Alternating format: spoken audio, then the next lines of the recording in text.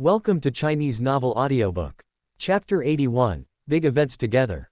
Very good. Zhang He nodded in satisfaction. Just a few days ago, a nobleman from the city had contacted him, asking him to help with something. The nobleman didn't specify what it was. It wasn't until today that the nobleman revealed what they needed him to do, and that was, to kill someone. Zhang He looked up at the people in the house and said, "Brothers, do you want to have enough food? Do you want to become martial artists?" Yes. The young and strong men in the house gave their answer without even thinking. For them, these miserable refugees, even a full meal was a blessing, let alone the chance to become a martial artist. Even before becoming refugees, becoming a martial artist was something they didn't dare to dream of. Now, they had the opportunity to become martial artists. The young and strong men in the house couldn't help but get excited. Martial artists were high and mighty figures. If they could become martial artists, would they still have to worry about not having enough to eat or not having money to spend? "Brother Zhang, just tell us what to do. We'll listen to you." "That's right, we'll all listen to Brother Zhang. Brother Zhang would never harm us." The young and strong men looked at Zhang He with fervent eyes, waiting for his answer. Zhang He was very satisfied with everyone's performance, but he still reminded them in a deep voice, "Doing this thing, there is a high possibility of death. Do you still want to follow me?" These words were like a bucket of cold water poured on everyone's heads, extinguishing the fire in many people's hearts. If they could just put in some effort and have endless food and the chance to become martial artists, they would of course be willing. But if they had to risk their lives, they had to think twice. After all, life only comes once. Even if they survived by starving, it was better than dying. Of course, there were also some young and strong men who remained fearless. "Of course, I'll do it." Skinny Monkey, who was sitting next to Zhang He, said, "My family has already starved to death, leaving only my worthless life. What's wrong with using this worthless life to gamble for wealth?" After speaking, Skinny Monkey looked at the young and strong men present and said loudly, "Look at yourselves now. You can't even wear a piece of clothing without holes. Your skin and bones from hunger. What's the point of living like this? It's just a worthless life in the eyes of others. Being able to use a worthless life to gamble for wealth, if you succeed, you'll have the chance to become a martial artist. If you fail, you'll just die. What's there to be afraid of? That's right, I'll use my worthless life to gamble for wealth. Even if we don't risk our lives, we'll starve to death sooner or later. We might as well take a gamble. Brother Zhang, tell us, what do you want us to do? My family is already gone, leaving only me. What's wrong with entrusting this life to Brother Zhang?" Skinny Monkey's words were recognized by the vast majority of the young and strong men. Yes, even if they survived now, they were always hungry, with hunger burning in their bellies like fire. It wasn't much better than death. Instead of living with an empty stomach every day, it was better to risk their lives for wealth. If they succeeded, they would never have to endure hunger again. If they failed, then there was nothing to say about dying. Since the brothers trust me so much, then I will lead the brothers to do something big. Zhang He turned to look at Skinny Monkey. "Skinny Monkey, have you figured out the situation with the city gate guards?" "I've figured it out." Skinny Monkey nodded solemnly. Taiping County City has a total of 20 city guards, 10 of whom are responsible for the day and 10 for the night, and the time they change shifts is at U-time every day. U-time, huh? Zhang He pondered for a moment. "In that case, then we will gather at Shen time in 3 days to carry out the great event. Chen Family Village." As expected, Chen Dao and his group were once again surrounded by villagers when they returned to the village. However, when they saw that there was no mountain of food piled up on the cart as they had imagined, surprised expressions appeared on the villagers' faces. Did Brother Dao and the others not buy food this time when they went to the city? Did they spend too much money on inviting us to eat steamed buns, and they didn't have enough money? It definitely won't be like this, otherwise Brother Dao wouldn't have invited so many of us to eat steamed buns. I reckon that Brother Dao's family should still have a lot of food, so there's no need to buy food. I think so too. While everyone was discussing, Chen Go ran to Chen Dao in a puff of smoke and said with a smile, "Brother Dao is back." "I'm back." Chen Dao nodded and said, "Brother Go, what's the matter?" "I want to tell you good news." Chen Go said as if asking for credit, "The Chen Jin 3 brothers are dead." As soon as these words came out, Chen Da, the Chen Cheng 3 brothers, and Chen Si were all stunned. Yesterday they saw the lively Chen Jin three brothers, but today they are dead. Chen Dao acted his part and made a surprised expression on his face at the right time, and said, "Brother Go, you're not kidding, are you? Yesterday they went to my house to get steamed buns, but today they died. I wouldn't lie to anyone, let alone Brother Dao." Chen Go replied seriously, "This morning, the villagers saw the corpses of the Chen Jin three brothers. They died miserably. They were killed by wild animals slitting their throats. Now they have been buried in the mountains by the villagers. So they were killed by wild animals." Chen Dao made a look of sudden realization, and Chen Dao and others also looked at each other. In the past, there have also been cases in the village where villagers were killed by wild animals descending from the mountains, but on the whole, this kind of thing happened relatively rarely. The Chen Jin three brothers were killed by wild animals. It can only be said that they were unlucky. As for being sad about the death of these three people, that's impossible. No one in the entire Chen family village likes the Chen Jin three brothers. It's good that they died, so they don't get in the way in the village. It's also a bargain for the three brothers. Chen Go said with some regret, "They can still eat a steamed bun before they die."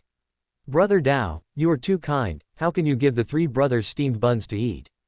Chen Dao ignored Chen Go's nagging, said goodbye to him, and returned home. After Chen Cheng and others helped move the purchased medicinal materials, ducks, and dogs into the house, Chen Dao treated Chen Cheng and others to a full meal, and then said, "Okay, everyone, go back. Brother Cheng, come over tomorrow." "Okay, then we're leaving." Everyone reluctantly walked out of Chen Dao's house, feeling somewhat disappointed in their hearts. Chen Dao's house has been built, and it will probably not be so easy for them to have such a full meal in the future. After seeing everyone off, Chen Dao came to the backyard and, while the sun hadn't completely set, began to feed the 30 ducks and 2 local dogs with advanced medicinal materials. In addition to this, Chen Dao also did not forget to feed Xiao Yuan with iron heart bamboo and bear blood flour.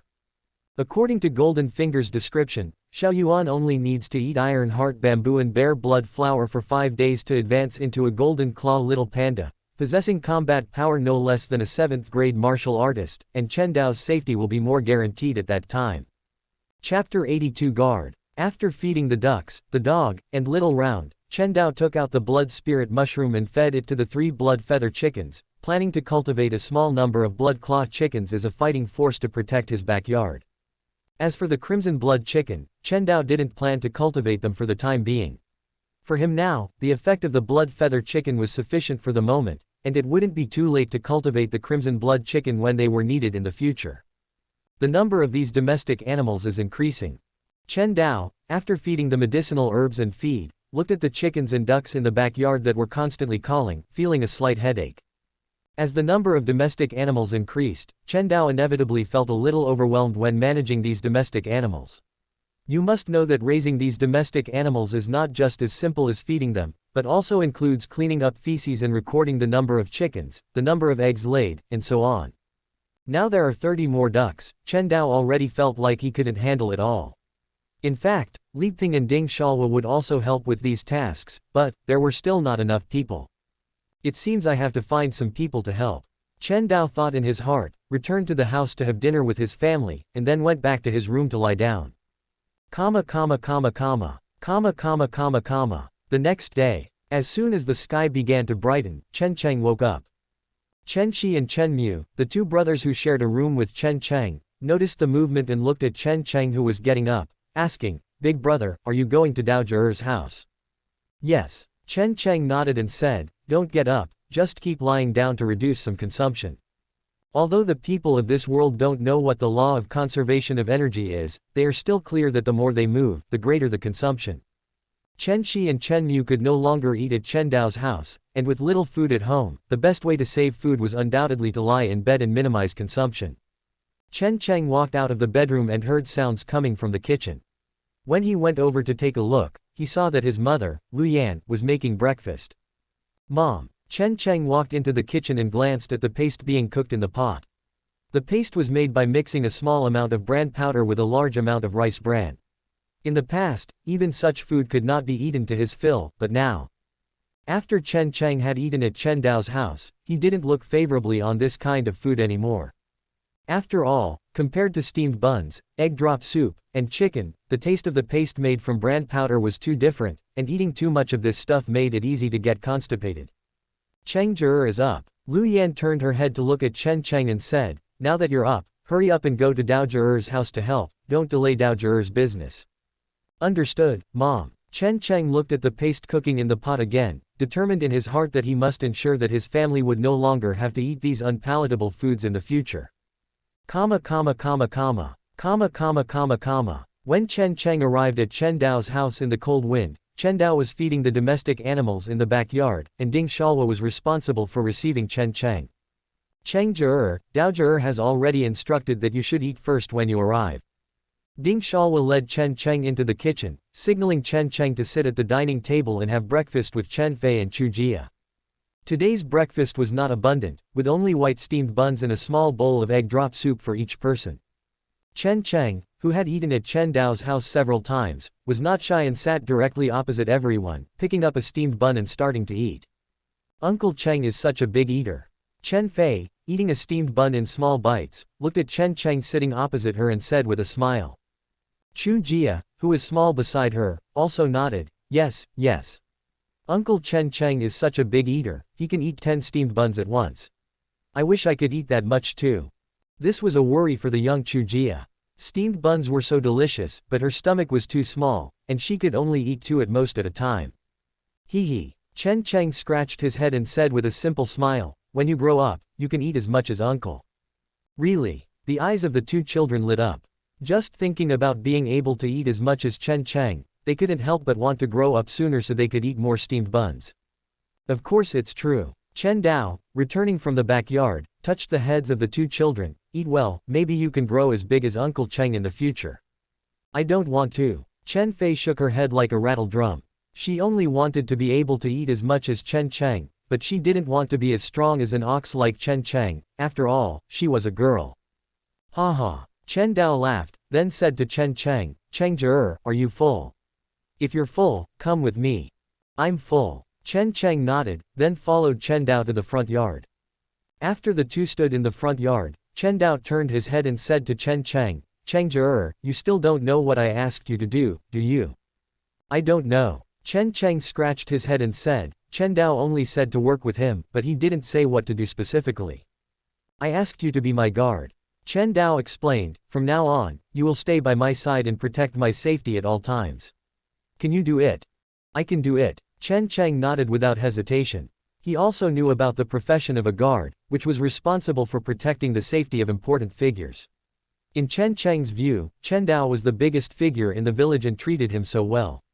He had no objection to protecting Chen Dao, and even secretly resolved in his heart, even if it costs his life, he must protect Dao Zhe's safety. Very good. Chen Dao nodded when he saw Chen Cheng's statement, and continued, Cheng Zhe, you should know about martial artists. I know. Chen Cheng nodded. I heard that martial artists are all big figures, almost like the county magistrate in the county town. Quote. Chen Dao twitched the corner of his mouth, too lazy to explain, just patted Chen Cheng on the shoulder and said, I plan to train you to become a martial artist. As soon as these words came out, Chen Cheng's eyes widened suddenly, and he said in disbelief, Dao Zhe, you're not joking with me, are you? Ordinary villagers like Chen Cheng have very limited understanding of martial artists. In their view, martial artists are high above, not inferior to the county magistrate. But at this time, Chen Dao said, that he would train himself to become such a figure. Chen Cheng really couldn't believe what Chen Dao said. Don't believe me. Chen Dao had long expected that Chen Cheng would not believe him. He didn't explain, but directly grabbed Chen Cheng's arm and pulled hard. Caught off guard, Chen Cheng quickly exerted force to resist, but his strength could not compete with Chen Dao at all. He was directly pulled by Chen Dao, his body lost balance, and his body fell face down on the ground, eating dirt.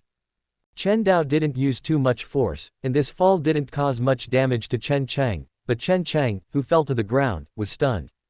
Chapter 83, Complete Defeat. Although Chen Cheng's mind was a bit simple, he had been unusually strong since he was a child. No one in the entire Chen family village could compare with him in terms of strength. Even Chen Dao, who was the strongest in the Chen family village, was far from being able to compare with Chen Cheng in terms of strength alone. Chen Cheng was the recognized king of strength in the entire Chen family village. But this king of strength, at this moment, in the contest of strength, he was completely defeated by Chen Dao. Although Chen Dao was suspected of launching a sneak attack and not behaving with martial virtue, that power, Chen Cheng knew that even if Chen Dao hadn't launched a sneak attack, he probably wouldn't have been able to resist it. Chen Dao, who was only 15 years old, was actually stronger than Chen Cheng, the king of strength of Chen family village. Chen Cheng couldn't accept this for a while. Chen Cheng is indeed gifted, Chen Dao thought to himself, looking at Chen Cheng on the ground with a dazed expression.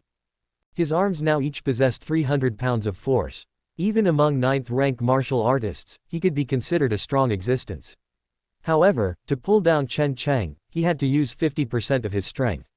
This shows that Chen Cheng's own arm strength probably wouldn't be less than 100 pounds.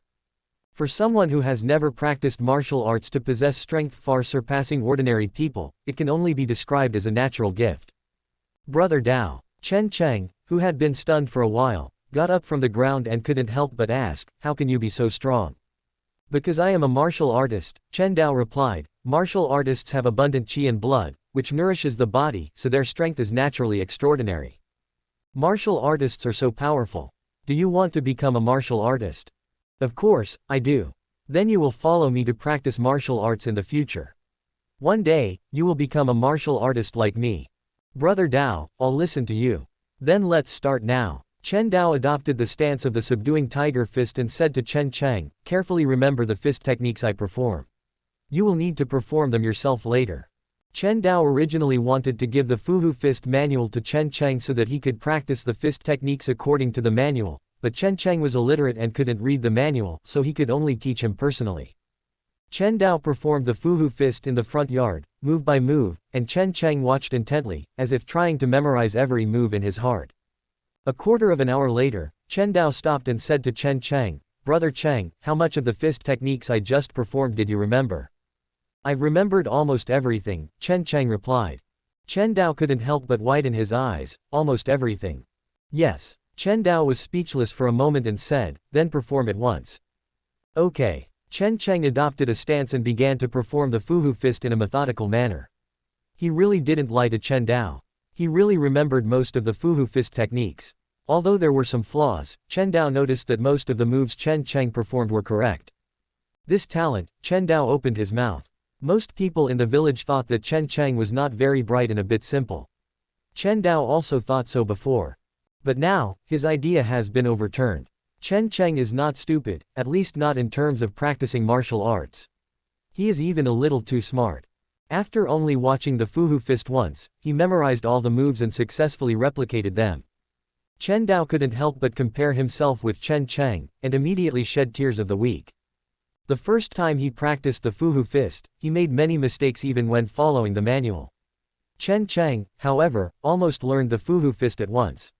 It's really infuriating to compare people. "Brother Dao, am I performing it correctly?" Chen Cheng asked after finishing his fist techniques. His breathing was a little rapid, but his performance was much better than Chen Dao's first time practicing the Fuhu fist. At least, his face was not pale, and he was not sweating all over.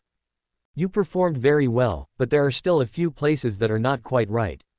Chen Dao corrected some of Chen Cheng's movements and asked Chen Cheng to perform it again in the front yard. He then came to the backyard, brought a newly cultivated blood feather chicken into the kitchen, and soon, the miserable cry of the blood feather chicken came from the kitchen. Then, Chen Dao returned to the front yard with a bowl of chicken blood and said to Chen Cheng, who had just finished performing the fist techniques, "Brother Cheng, are you tired?" "Very tired." Chen Cheng gasped and said, "This fist technique is very strange. It consumes a lot of strength. I feel like I can't continue after performing it twice. This is normal." Chen Dao handed the bowl of chicken blood to Chen Cheng and said, "Take a sip of chicken blood, and your strength will recover. Then continue practicing the fist techniques." "Okay." Chen Cheng would not question Chen Dao's decision. He took the bowl and drank a mouthful of chicken blood, and then a warm current appeared in his abdomen. The warm current spread throughout his body, immediately making Chen Cheng feel warm all over, and the fatigue in his body was swept away. "Brother Dao, what kind of chicken blood is this? It's so magical." Chen Cheng asked with bright eyes, feeling the changes in his body. Chen Dao did not explain, but said, "Continue practicing the fist techniques." Chen Dao also drank the chicken blood and practiced the Fuhu fist with Chen Cheng in the front yard, again and again. Just as Chen Dao and Chen Cheng were practicing the fist techniques, two men dressed in official uniforms walked into Chen family village. This is Chen family village, right? One of the officers looked up at the three words, Chen family village, on the plaque at the entrance of the village and said to the young and strong man guarding the entrance of the village, "We are officers from the government. Take us to see your village chief." People from the government. The young and strong man guarding the entrance of the village was stunned. People from the government rarely come to the village, and when they do come to the village, it is often to collect taxes. Thinking of this, the young and strong man's heart tightened, and he was about to say something. Another officer said, "Hurry up. We don't have much time." Hearing this, the gatekeeper dared not refuse and hurriedly led the two officers into the village and knocked on the door of the village chief Chen He's house.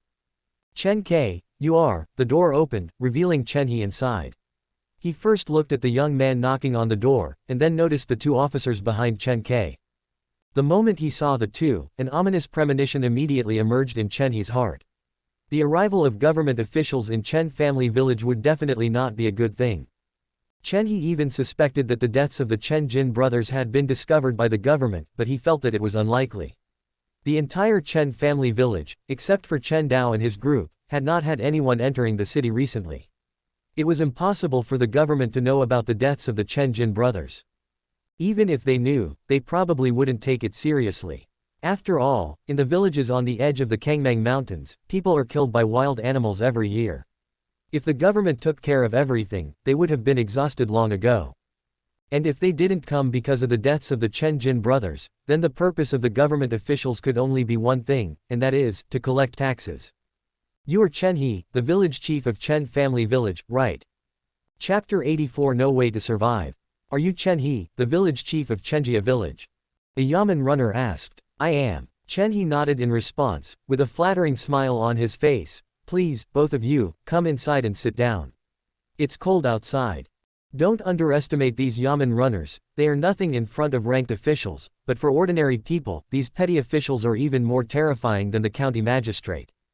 After all, those who directly deal with the common people are these petty officials, and the power in their hands may not affect those wealthy families, but they are all experts at harming the common people. No need. The yamen runner refused Chen He's invitation with a cold face, and then said, "We are here to notify you about the tax increase. Each household in Taiping County needs to pay an additional 1 shi of grain. Those who don't have enough grain need to pay 2 taels of silver. It must be paid in full within a month." This. Chen He's pupils shrank, and he exclaimed, "Sir, are you joking with me?" Even in peaceful and prosperous years, very few families in Chenjia village can come up with 1 shi of grain, let alone now when every household is not getting enough to eat. As for 2 taels of silver, that's even more outrageous. Even in the wealthiest times of Chenjia village, no more than 10 households in the village could come up with 2 taels of silver. In fact, the vast majority of villagers have never even seen a complete tael of silver. How dare you? Another yamen runner scolded. We are here on behalf of the government. Do you think we would joke with you? I'm sorry, sir. Chen He, who was scolded, quickly apologized, took out a few copper coins from his sleeve and stuffed them into the yamen runner's hand, saying with a flattering face, "Sir, is there any way to be flexible about this matter?" The yamen runner skillfully accepted the copper coins, and with a twist of his wrist, the copper coins disappeared without a trace as if a mud ox entered the sea. However, the yamen runner who accepted the copper coins still had a cold expression on his face. This is an order from the imperial court. There is no room for negotiation. This. Chen He opened his mouth, his face ashen. The yamen runner took out a booklet and glanced at it, and said, Chenjia village has a total of 103 households. Enough grain or silver must be handed in within a month. Those who fail to hand in enough will have their entire family sent to the north to serve in the army. After speaking, the 2 yamen runners left without looking back, chatting as they walked. The village chief of this Chenjia village is really stingy. Just a few copper coins aren't even enough for us to have a meal. I wonder if the village chief of the next village will be more sensible. Hopefully. Otherwise, our brothers will have made this trip in vain. Quote. Looking at the 2 yamen runners gradually moving away, the sorrow on Chen He's face became even more intense. Chen Ke, who had been standing aside and listening to the entire conversation between the yamen runner and the village chief, also had a dull look in his eyes. 1 she of grain or 2 taels of silver, this is forcing us to death. More than 50% of the villagers are now tightening their belts, and the rest are not even getting enough to eat. Basically, no villagers can come up with this additional tax. And if they can't come up with it, their entire family will be sent to the north to serve in the army. At the thought of this result, Chen Kai couldn't help but feel a chill all over his body. The north is bitterly cold. Being sent to the north to serve in the army, the long journey and the severe cold weather are enough to kill most of those who are sent there on the road. Even if they are lucky enough to survive, they are likely to die in the battle with the barbarians. Village chief, is the government really not giving us any way to survive? Chen Kai asked in a suppressed voice, his dissatisfaction with the government reaching its peak at this moment. The people are already not getting enough to eat, and they still have to increase taxes, even adding 1 she of grain at a time. Isn't this forcing people to die? Alas. Chen He sighed, not knowing how to answer Chen Kai's question, and only said, help me call the young and strong men in the village and ask them to come here to discuss things. Okay. At Chen Dao's house, Chen Dao and Chen Cheng had finished practicing their fists, and were now sitting in the front yard, covered in sweat, resting. It has to be said that Chen Cheng's talent is indeed excellent. He showed considerable brilliance in practicing the tiger-subduing fist for the first time. After drinking only half a bowl of chicken blood, he performed the tiger-subduing fist 15 times, which was much better than Chen Dao's performance when he first practiced the tiger-subduing fist. Brother Dao, this tiger-subduing fist is really magical. Chen Cheng said while wiping the sweat from his face with his sleeve. I don't feel tired even after working all day, but now I'm so tired after just practicing the tiger-subduing fist a few times. If you hadn't given me chicken blood to drink, Brother Dao, I estimate that I would only be able to practice it 3 times at most before collapsing. The corner of Chen Dao's mouth twitched. When he first practiced the tiger-subduing fist, he was so tired after only practicing it once that he almost fainted, but Chen Cheng was able to practice it 3 times. The difference in physical fitness between people is really not small. Of course, Chen Dao is now a rank 9 martial artist, and he can perform the tiger-subduing fist about 10 times without drinking chicken blood, which Chen Cheng cannot compare to now. However, Chen Cheng's physical fitness still makes Chen Dao very envious. With Chen Cheng's performance and the blood feather chicken blood provided by himself, I am afraid that he will become a rank 9 martial artist in less than half a month. And even if they are both rank 9 martial artists, Chen Cheng's arm strength will definitely not be limited to 200 jin, it is very likely to reach 300 jin, or even 400 jin. Knock knock knock. At this time, a knock on the door sounded, and at the same time, a shout came from outside the door. Brother Dao, I am Chen Kai, please open the door. Chen Kai. Chen Dao found this name from the original owner's memory, knowing that he was one of the young and strong men in the village, so Chen Dao directly opened the door of the front yard. Brother Kai, why are you here? Chen Dao, who opened the door, asked, looking at Chen Kai outside the door. The village chief sent me. Chen Kai glanced at the yard, and after seeing Chen Cheng, he said, Brother Cheng is also here. Yes. Chen Cheng nodded. Chen Kai continued, Brother Dao, and Brother Cheng, the village chief asked you to go to his house to discuss things. You guys hurry over there, I have to notify the next house. After speaking, Chen Kai hurriedly went to the next house. Chen Dao was standing behind the open door, lost in thought. Village Chief Chen He suddenly called the villagers to a meeting. This shows that something big must have happened in the village. Only when something big happens in the village will Village Chief Chen He call all the prominent young and strong men in the village to discuss it together. It's just that Chen Dao couldn't guess what happened for a while. Brother Cheng, let's go to the village chief's house and take a look. Chen Dao greeted him and led Chen Cheng out of the house.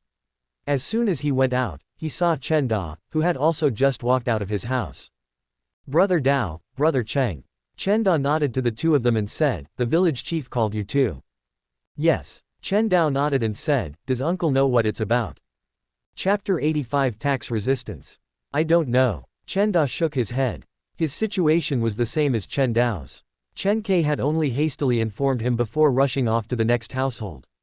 However, he knew that the village chief's sudden call for the whole village to discuss something wouldn't be a minor matter, so his expression was rather grave. Alright, then let's go together and find out. Chen Dao was too lazy to guess and went with the two of them towards Chen He's house. Arriving at Chen He's house, they saw that the living room was already packed with people, and even the front yard was filled with young and strong men gathering. These young men were either standing or sitting on the ground, and the expression on everyone's face was not relaxed. Dao is here. Dao, go inside. Dao, hurry inside, it's cold outside. Quote. Seeing Chen Dao and the others arrive, the young men made way for them, allowing Chen Dao to walk directly into the living room. The temperature inside the living room was relatively high due to the number of people, but the slight warmth didn't seem to change the worry on Chen He's face. And the young men in the village who saw Chen He's expression couldn't help but feel uneasy. The village chief's appearance indicated that it wouldn't be good news. Dao is here. Chen He looked at Chen Dao and Chen Da who had entered, nodded, and said, sit down first, we'll talk when everyone is here. Dao, sit here.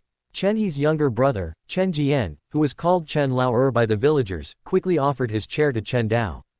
Chen Dao didn't refuse and sat down directly, looking at Li Zheng beside him and smiling, Mr. Li is here too. Mr. Li, do you know why the village chief called everyone here? Chen Dao asked, trying to find out. Not yet. Li Zheng said, wait a moment, everyone will be here soon. Chen Dao nodded and said nothing more. A quarter of an hour later, village chief Chen He glanced at the young men inside and outside the living room and slowly said, everyone is here, so I'll start talking. Village chief, hurry up and say it, it's too cold outside. Village chief, tell us quickly what's going on, I'm in a hurry to go back. Village chief, what exactly happened that you called us all here? Quote.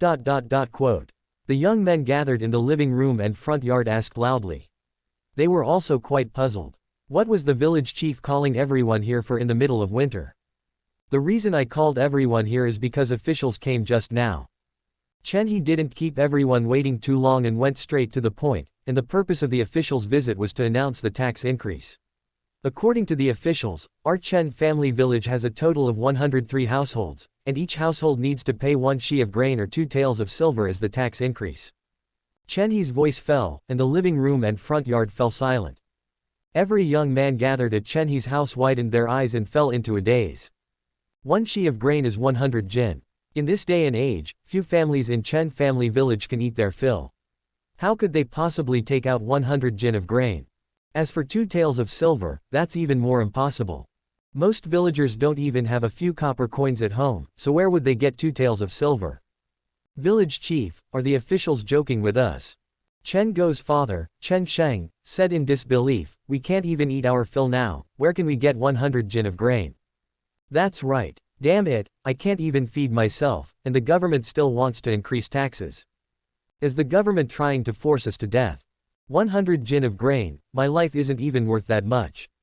Is the government trying to force us to rebel? Damn it, we can't even eat our fill, and they still want to increase taxes so much. Quote. The young men were in an uproar, and the anger on their faces almost materialized. In this day and age, everyone's stomachs are empty. They can't farm the land, and not only is there no income, but the food stored at home is also dwindling. In this situation, the government actually wants to increase taxes, and it's 1 she of grain at a time. This is completely trying to force them to death. It's finally here. Chen Dao sighed inwardly. He had known about the government's tax increase for a long time. At that time, he felt that the government would eventually collect taxes outside the city, it was just a matter of time. And the news that the village chief said at this time undoubtedly confirmed Chen Dao's previous guess. This tax increase, Chen family village really couldn't escape. Village chief Li Zheng, who was sitting next to Chen Dao, frowned and asked, did the government officials say what would happen if the tax couldn't be paid? They did. Chen He said in a deep voice, those who can't pay the tax will have their whole family exiled to the north to serve in the army.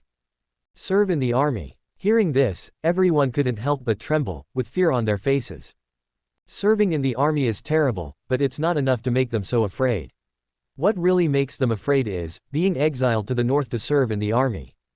The north is at war with the barbarians every year. Being sent to the north to serve in the army means a slim chance of survival. Damn it, the government is trying to force people to death. 100 jin of grain, my whole body of meat isn't even 100 jin. The imperial court is completely trying to force us to death. Not to mention 100 jin of grain, my family doesn't even have 10 jin of grain. Quote. Everyone was clamoring, as if to vent all the anger in their hearts. Village chief Chen He continued to add, and the officials also said that the grain paid this time must be sorghum, wheat, and rice, other grains don't count. Quote. Everyone became more and more silent. Many of them can only eat rice bran now, but they have to pay sorghum, rice, and wheat as taxes. Damn it. A young man said with a flushed face, my family can't even eat rice bran, where can I get wheat and rice to hand over to the government? Village chief, why don't we resist the tax? Yes. Let's resist the tax. We can't pay this tax even if we're forced to death. Anyway, I can't pay this tax, whoever wants to pay can pay. Damn the government, they don't give us a way out. I don't want to pay a single cent of this tax. Quote. The young man's words were unanimously approved by everyone. They couldn't possibly take out 100 jin of grain, so they had to resist the tax.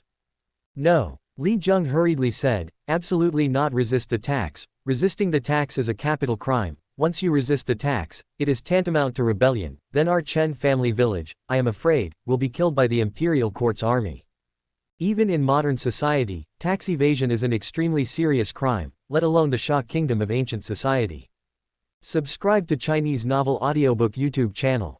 Chapter 86 Lease of Land. Li Jung, who had read extensively and seen the outside world, was well aware that in the Shah country, tax resistance was often regarded as a challenge to imperial power. Therefore, the crime was extremely serious, ranging from exile and imprisonment to the death penalty. If only one person refused to pay taxes, it would be fine. At most, that person would be exiled or imprisoned. But if the entire Chen family village resisted taxes, it would likely be regarded as a rebellion by the government, and rebellion was a crime punishable by the extermination of 9 generations. At that time, the entire Chen family village would probably be wiped out. Mr. Li, what you say sounds nice, but if we don't resist taxes, what can we do? A robust young man looked directly at Li Jung and asked, the grain in our homes isn't even enough to eat, so where will we get the grain to pay taxes? That's right. 100 jin of grain, I'd rather die than hand it over. This tax is really too much, we simply can't come up with it. Yes, quote. How could the villagers not know the seriousness of resisting taxes? But if they didn't resist taxes, what could they do? If they couldn't pay the grain, their whole family would be exiled to the north to serve in the army, facing a near-death experience. But resisting taxes would be regarded as rebellion by the government, leading to the extermination of 9 generations. No matter which option they chose, it seemed that there was only one outcome: death. Looking at the excited crowd, Chen Dao sighed inwardly. This was the cruelty of feudal society. Natural disasters had already made it difficult for the people to survive, and the government's exorbitant taxes added another heavy burden to the already bent backs of the people. This was simply not giving the working masses a way out. Faced with the crowd's questions, Li Jung opened his mouth but didn't know how to respond. In the current situation, he couldn't think of any solution. Resisting taxes meant death, and not paying taxes also meant death. It seemed that there was no difference whether they resisted or not. Alas. Chen He also sighed and looked at Chen Dao. Chen Dao, do you have any ideas? Hearing this, the crowd all turned their hopeful gazes to Chen Dao. Nowadays, Chen Dao and Chen Dao's families were the best off in Chen family village. There were many in the village who couldn't pay 100 jin of grain, but that definitely didn't include Chen Dao and Chen Dao. No way. Chen Dao said helplessly, if it were just 1 or 2 households, I could still help. But there are 103 households in the village. Even if I took out all the money from my house, I wouldn't be able to pay that much tax. Chen Dao still had some money and grain at home because of the white feather chicken business, but it was only a little. It was impossible to help all the villagers pay their taxes. Dao Zhe, what about you? Chen He then looked at Chen Dao, hoping to get an answer from him. The young men in the living room were also staring at Chen Dao, not blinking. Nowadays, the villagers no longer regarded Chen Dao as that young lad, but as the most capable person in the entire Chen family village. After all, everyone had seen the good days in Chen Dao's family. The previous act of treating the whole village to steamed buns had also made everyone aware of the wealth in Chen Dao's family. And when people face desperation, they often hope that a capable person will stand up and help them through the difficulties. At this time, Chen Dao became that capable person in the eyes of the villagers. As soon as Chen Dao said this, everyone's eyes lit up. Dao Zhe, do you really have a way? Chen He asked, not daring to believe it. It wasn't that he didn't trust Chen Dao, but what Chen Dao said was too shocking, helping the entire village pay taxes. You had to know that there were 103 households in the entire Chen family village. Even if you removed Chen Jin's 3 brothers' family, who were already buried at the foot of the mountain, there were still 102 households. In terms of grain, that would be 102 shi of grain, and in terms of silver, it would be 204 taels of silver. Although Chen Dao's family was wealthy, Chen He didn't think his family could produce so much grain and money. Dao Zhe, whatever your conditions are, just say them. We will definitely agree to them. Chen Sheng, Chen Go's father, said. He trusted Chen Dao very much, which stemmed from the 5 jin of sorghum flour that Chen Go had brought home some time ago. Chen Go had only helped notify Chen Dao, and he had received 5 jin of sorghum flour. This gave Chen Sheng an extremely deep understanding of the wealth of Chen Dao's family.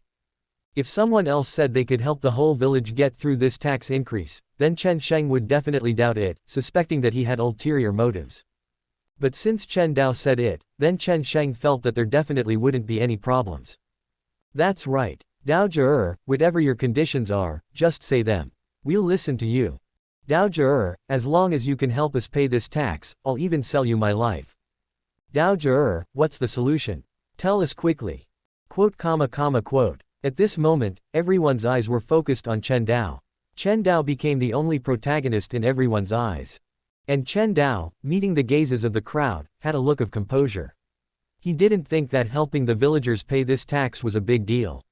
Selling 1 blood feather chicken would be 20 taels of silver, and the taxes of all the villagers in Chen family village added up to only the equivalent of 10 blood feather chickens. But Chen Dao didn't intend to help these villagers for free. Chen Dao still knew the principle of, give a pint and they'll want a peck. Helping others for free might not earn their gratitude, but might instead provoke resentment. Therefore, after thinking it over, Chen Dao stated his condition. My condition is very simple. The land in the village, all of it, will be rented to me for half a year. In return, I will help all the villagers pay this tax. Rent the land. Everyone was stunned, seemingly not expecting Chen Dao to say such a condition. For ordinary people, land was undoubtedly the most important property, the most important means of production. If Chen Dao said he wanted to buy their land, even if they were willing, they would definitely be dissatisfied. But if it was a lease, and only for half a year, that made it much easier for everyone to accept.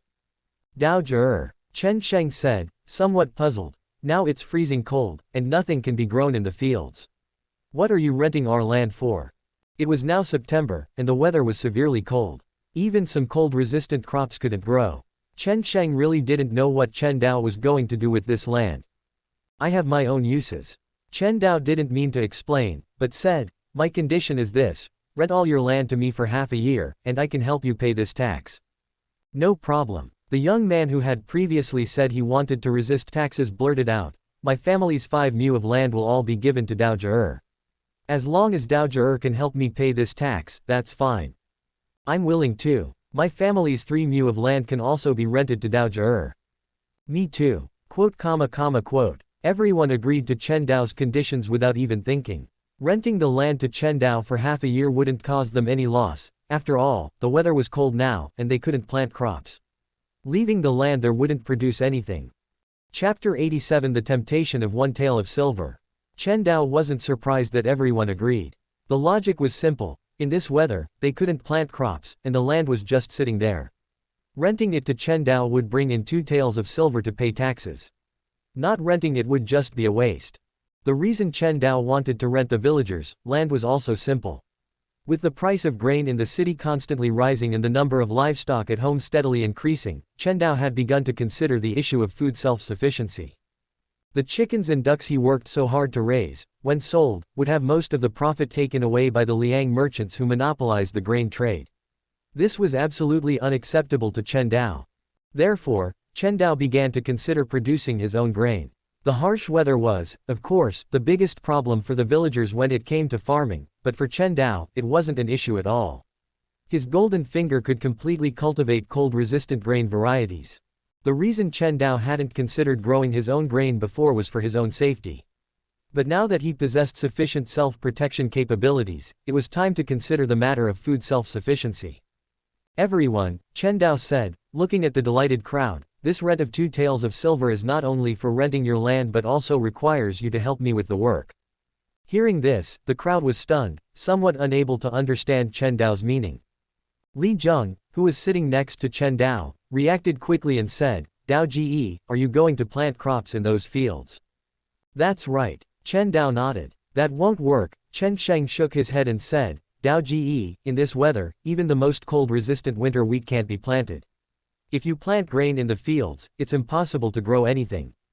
Winter wheat varieties also existed in this world, and the suitable sowing temperature for winter wheat was around 15 to 18 degrees Celsius. Although the farmers in this world couldn't accurately judge the temperature, they knew very well that the current harsh weather would definitely prevent winter wheat from germinating and growing properly. "I have my own methods," Chen Dao said calmly. "Everyone just needs to help me plow the land and sow the seeds." After speaking, Chen Dao added, "Of course, during the work period, I will provide meals, and everyone who helps with the work can eat their fill." "Really?" As soon as Chen Dao said this, everyone's eyes lit up. "Dao Ji, are you really providing meals?" Village chief Chen He couldn't help but ask. Even he, the village chief, was tempted when he heard that Chen Dao was providing meals. There was no other way. In this year, even the village chief's family didn't have surplus grain. "Really?" Chen Dao nodded, giving a definite answer. "Not only providing meals but also providing until you're full. I'll do this job." Chen Sheng immediately agreed. In this weather, staying at home and being idle was still being idle. It was better to help Chen Dao with work, at least he could eat his fill. "I'll do it too. Dao Ji is generous. I'll do whatever work you need. Dao Ji, I'll follow you." Without even thinking, all the young and strong men agreed. Renting the land to Chen Dao for half a year would earn them 2 taels of silver to pay taxes, and helping with the work would also allow them to eat their fill. Anyone who didn't agree to this was a complete idiot. In addition, Chen Dao pondered for a moment and then said, "Everyone should know that I raise a lot of chickens and ducks at home, right?" "We know," everyone replied in unison. The fact that Chen Dao raised chickens at home was now common knowledge. They also knew that Chen Dao had been able to live such a good life because of raising chickens. "I need some people to help me raise chickens," Chen Dao said. "This chicken raising job not only provides meals but also provides remuneration." As soon as Chen Dao said this, many young and strong men instantly became excited. "Dao Ji, I'm willing to help you raise chickens." "I'm willing too." "Dao Ji, my family used to raise chickens, I can help you." Everyone didn't even ask how much the remuneration was and expressed their willingness to help. Everyone had seen how good the food was for Chen Cheng and the others who helped Chen Dao with work. They also wanted to eat their fill of steamed buns like Chen Cheng and the others, even if they didn't receive remuneration. "Everyone, don't be anxious," Chen Dao pressed his hands down, signaling everyone to quiet down. Then he said, "This chicken raising job isn't suitable for men, so I need to find women from the village to help." One of the young and strong men couldn't help but look down at his crotch, his face drooping. The other young and strong men also showed disappointment on their faces. Women's work had nothing to do with them. As for why Chen Dao only wanted women, the reason was simple. After all, the chickens were raised at his home, and besides himself, there were only women and children in his family. It was really inconvenient to have men coming in and out frequently. In addition, taking care of livestock didn't require too much strength. Instead, it required more care, and in terms of care, women were better than men. Village chief, Chen Dao turned to look at Chen He and said, "I need 5 women to help me take care of the livestock. As for the treatment, I'll provide meals every day, and then give a remuneration of 1 tael of silver per month." 1 tael of silver. Everyone couldn't help but widen their eyes, taking a deep breath. Giving 1 tael of silver a month. That's so much.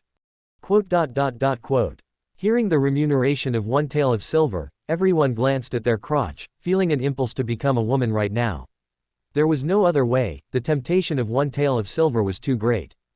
Unfortunately, there was no sex change technology in this era, and everyone could only watch helplessly as a great opportunity slipped away from them. "Dao Ji, don't worry." Chen He agreed immediately, "I can definitely find someone for you." With a job that provided meals every day and a remuneration of 1 tael of silver per month, Chen He didn't think that any woman in the village could refuse. It was just that there were only young and strong men here at this time. If those women were here, they would probably be fighting over it by now. I also have requirements, Chen Dao said again. These 5 people must be honest and prioritize taking care of families that are already struggling to make ends meet. To the best of his ability, Chen Dao was still willing to help the poor villagers. The chicken-raising job he offered was undoubtedly the best-treated job of this era. And this kind of well-treated job was often a disaster area for cronyism. Chen Dao didn't want Chen He to give this job to his relatives or people he had a better relationship with. Instead, he hoped to take care of the most difficult families in the village, so he put forward these requirements. Chapter 88 shocked Chen Lian. Brother Dao, don't worry, I will definitely help you pick the right people and won't show any favoritism. Chen He solemnly made his guarantee. He might not be the most capable village chief, but he was very fair in dealing with matters, which was why the villagers trusted him.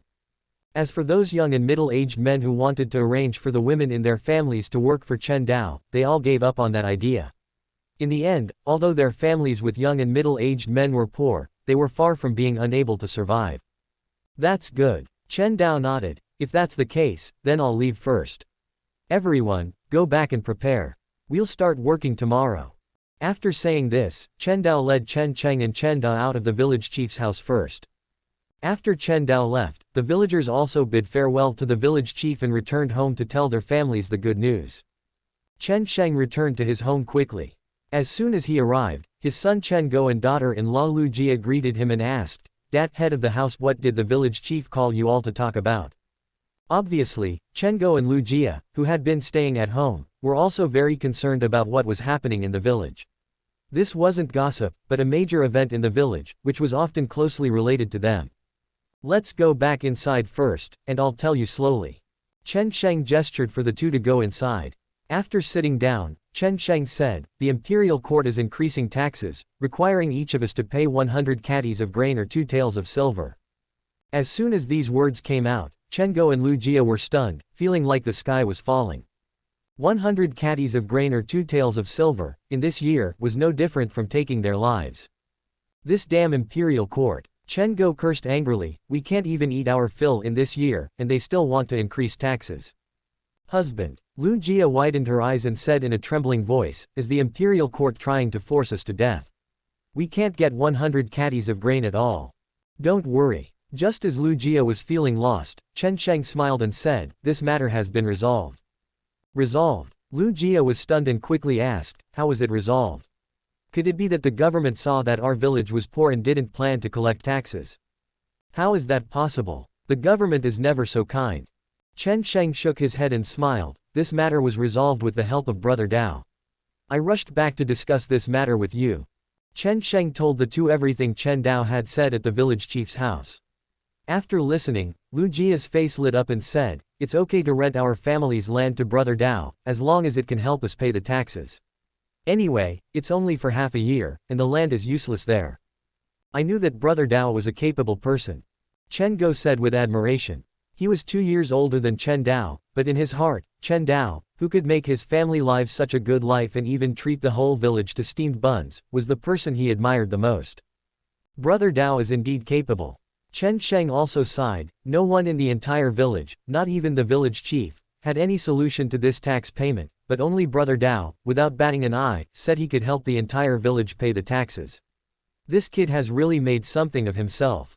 When Chen Dao's father, Chen Ping, was still alive, Chen Sheng had some friendship with him and had seen Chen Dao many times when he was a child. At that time, Chen Dao was just a child who didn't understand much. Who would have thought that in the blink of an eye, that young boy had become the head of the family and was so capable that he could help the entire village pay hundreds of taels of tax money without even batting an eye. By the way, husband. Lu Jia suddenly rolled her eyes and asked, what do you think about me going to work as a chicken farmer that Chen Dao mentioned?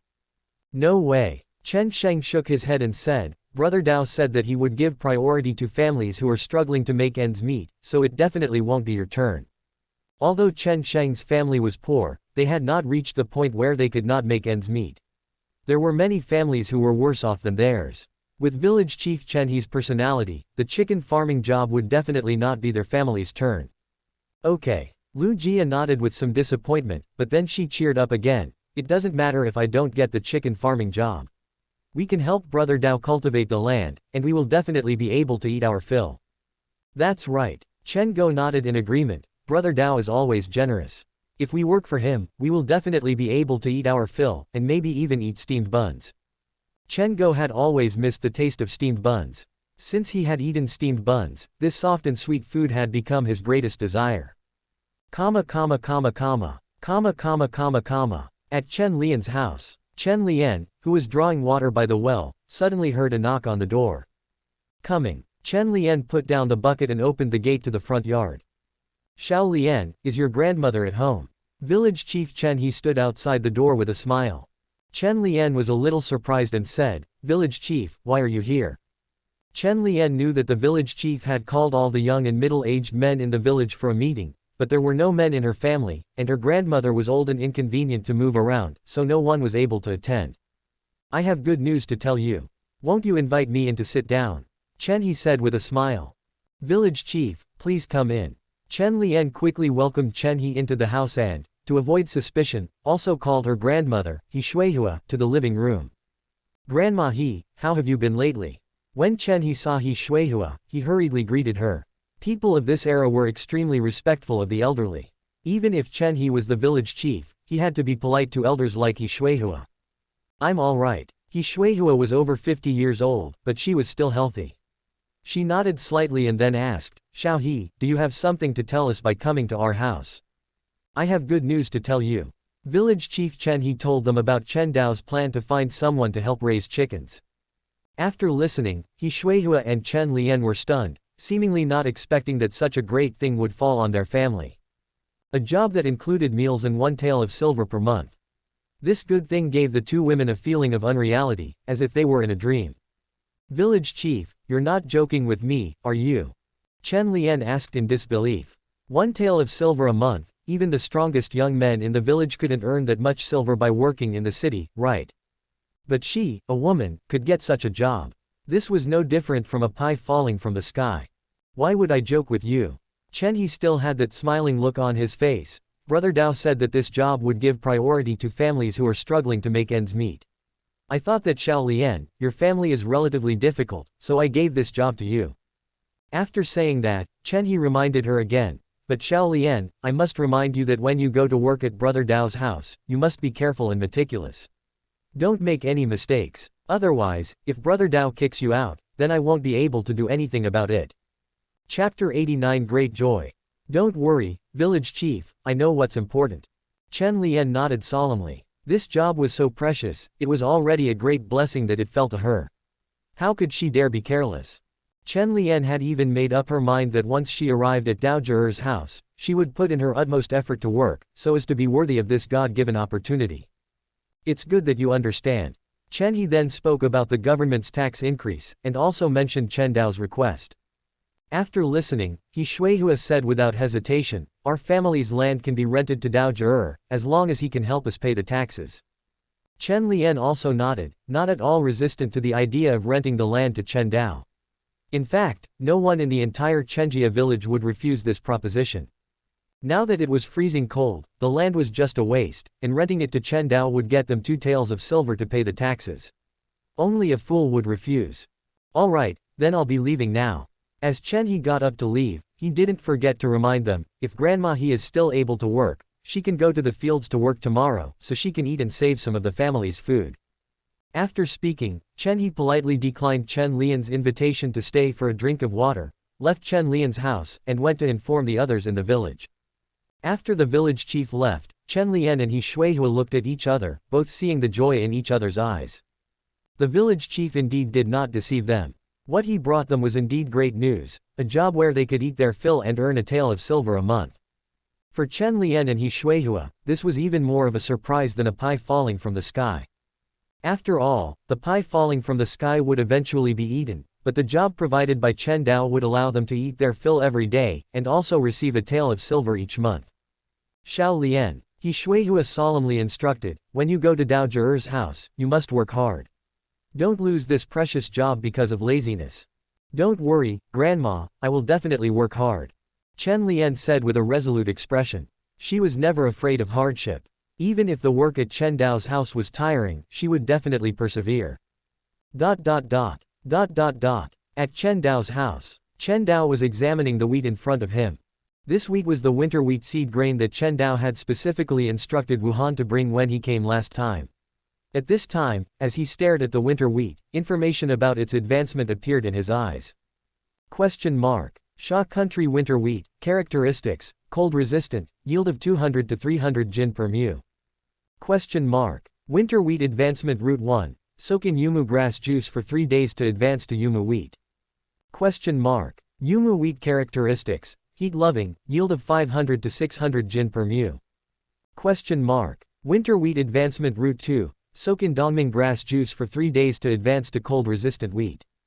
Question mark. Cold resistant wheat characteristics, cold resistant, can germinate and grow in harsh environments of -10 to 15 degrees Celsius, yield of 200 to 400 jin per mu. Yumu wheat and cold resistant wheat. Looking at the advancement information in front of him, Chen Dao's eyes flashed with contemplation. Both types of wheat had their own advantages. Yumu wheat was a high-yield variety, but it preferred a warm environment. Cold-resistant wheat had roughly the same yield as winter wheat, but it was more cold-resistant. If it were spring or summer, Chen Dao would definitely choose to advance to yumu wheat, since high yield was the most important thing. But the weather would not change according to one's will.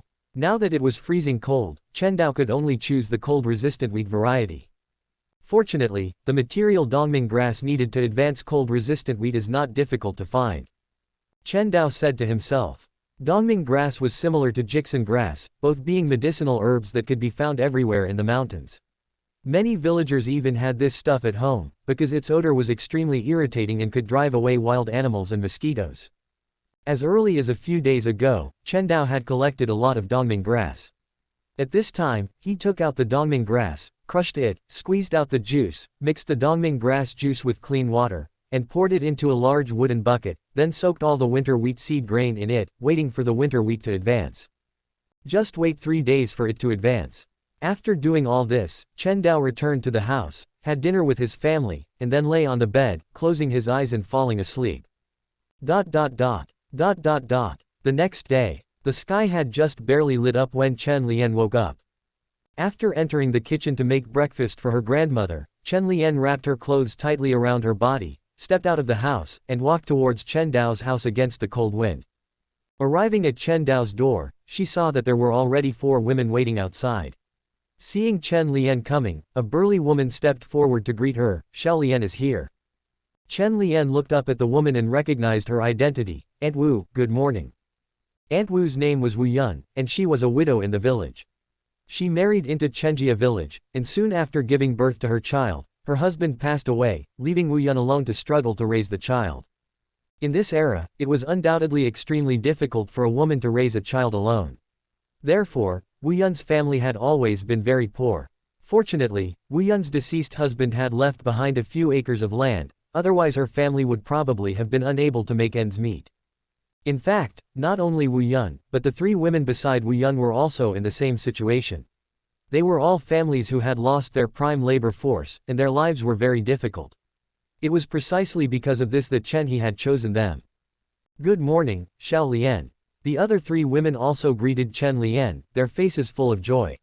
When the village chief came to their homes yesterday to inform them, they even had a feeling of disbelief, really daring not to believe that such a good thing would fall on their heads. Only after confirming it again and again did they finally feel relieved. And after being relieved, what followed was great joy. A job that provided meals and also had a reward of 1 tael of silver per month was definitely a great joy for them. When they lay in bed at night, they all fell asleep smiling, and even in their dreams, the smiles on their faces had not faded in the slightest. In the morning, they woke up early, fearing that they would be late, and came to Chen Dao's door to wait against the cold morning wind. That Dao Zhi is really a good person. A woman named Sun Jia couldn't help but sigh. In this day and age, every family is hiding their food tightly, and only Dao Zhi is willing to invite the whole village to eat steamed buns, and is willing to take care of us widows. Yes, Another woman named Qian Yu echoed, I heard from others that Dao Zhi personally told the village chief to take care of those of us who have difficulties at home, otherwise, such a good job would not be our turn at all. Isn't that right? Only Dao Zhi is thinking about us, who else would care how badly we are doing? Wu Yun wrapped her clothes tightly around her body. The cold weather made her body feel a little cold, but her heart was burning with enthusiasm. With this job at Dao Er's house, she and her child would no longer need to suffer from hunger and cold. Chapter 90. Astonishing numbers of chickens and ducks. As the 5 women were talking, a tall figure walked over. The group took a closer look and immediately recognized the person. Brother Cheng. Wu Yun smiled and waved at Chen Cheng. The other 4 also greeted Chen Cheng with smiles. They all knew that Chen Cheng was the first to work with Chen Dao, so they wanted to inquire about some things. Hello, Auntie Wu and everyone. Chen Cheng scratched his head and responded to the group, with a somewhat unnatural expression on his face. Although he called these women aunties, they weren't much older than him. Chen Cheng, lacking experience in dealing with the opposite sex, felt very uncomfortable facing so many women. Brother Cheng, I heard you're working with Brother Dao now. Wu Yun asked. Yes. Chen Cheng nodded. Brother Dao thinks highly of me and gave me a job. Hearing Chen Cheng's answer, the eyes of the women lit up. Qian Yu quickly asked, Brother Cheng, how is it working for Brother Dao? Can you get enough to eat?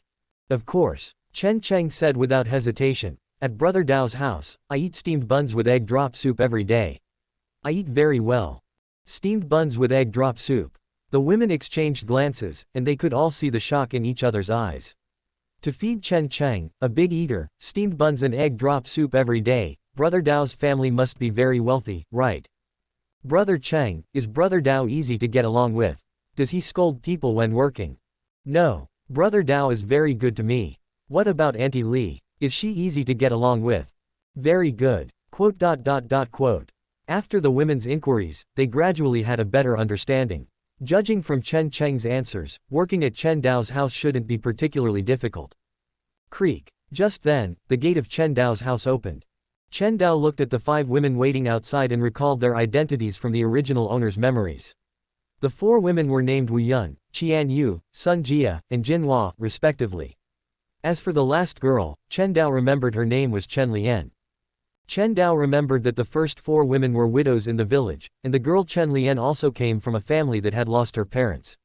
They were all the most impoverished families. Chen He hadn't shown any favoritism in this matter. Brother Dao, good morning. Seeing Chen Dao, the 6 people hurriedly greeted him, with ingratiating smiles on their faces. Chen Dao said, Come in, it's cold outside. So, Chen Dao led the group into the house. After instructing Chen Cheng to wait in the front yard, he led the 5 women through the living room to the backyard. As soon as they entered the backyard, the faces of the 5 women revealed a look of shock.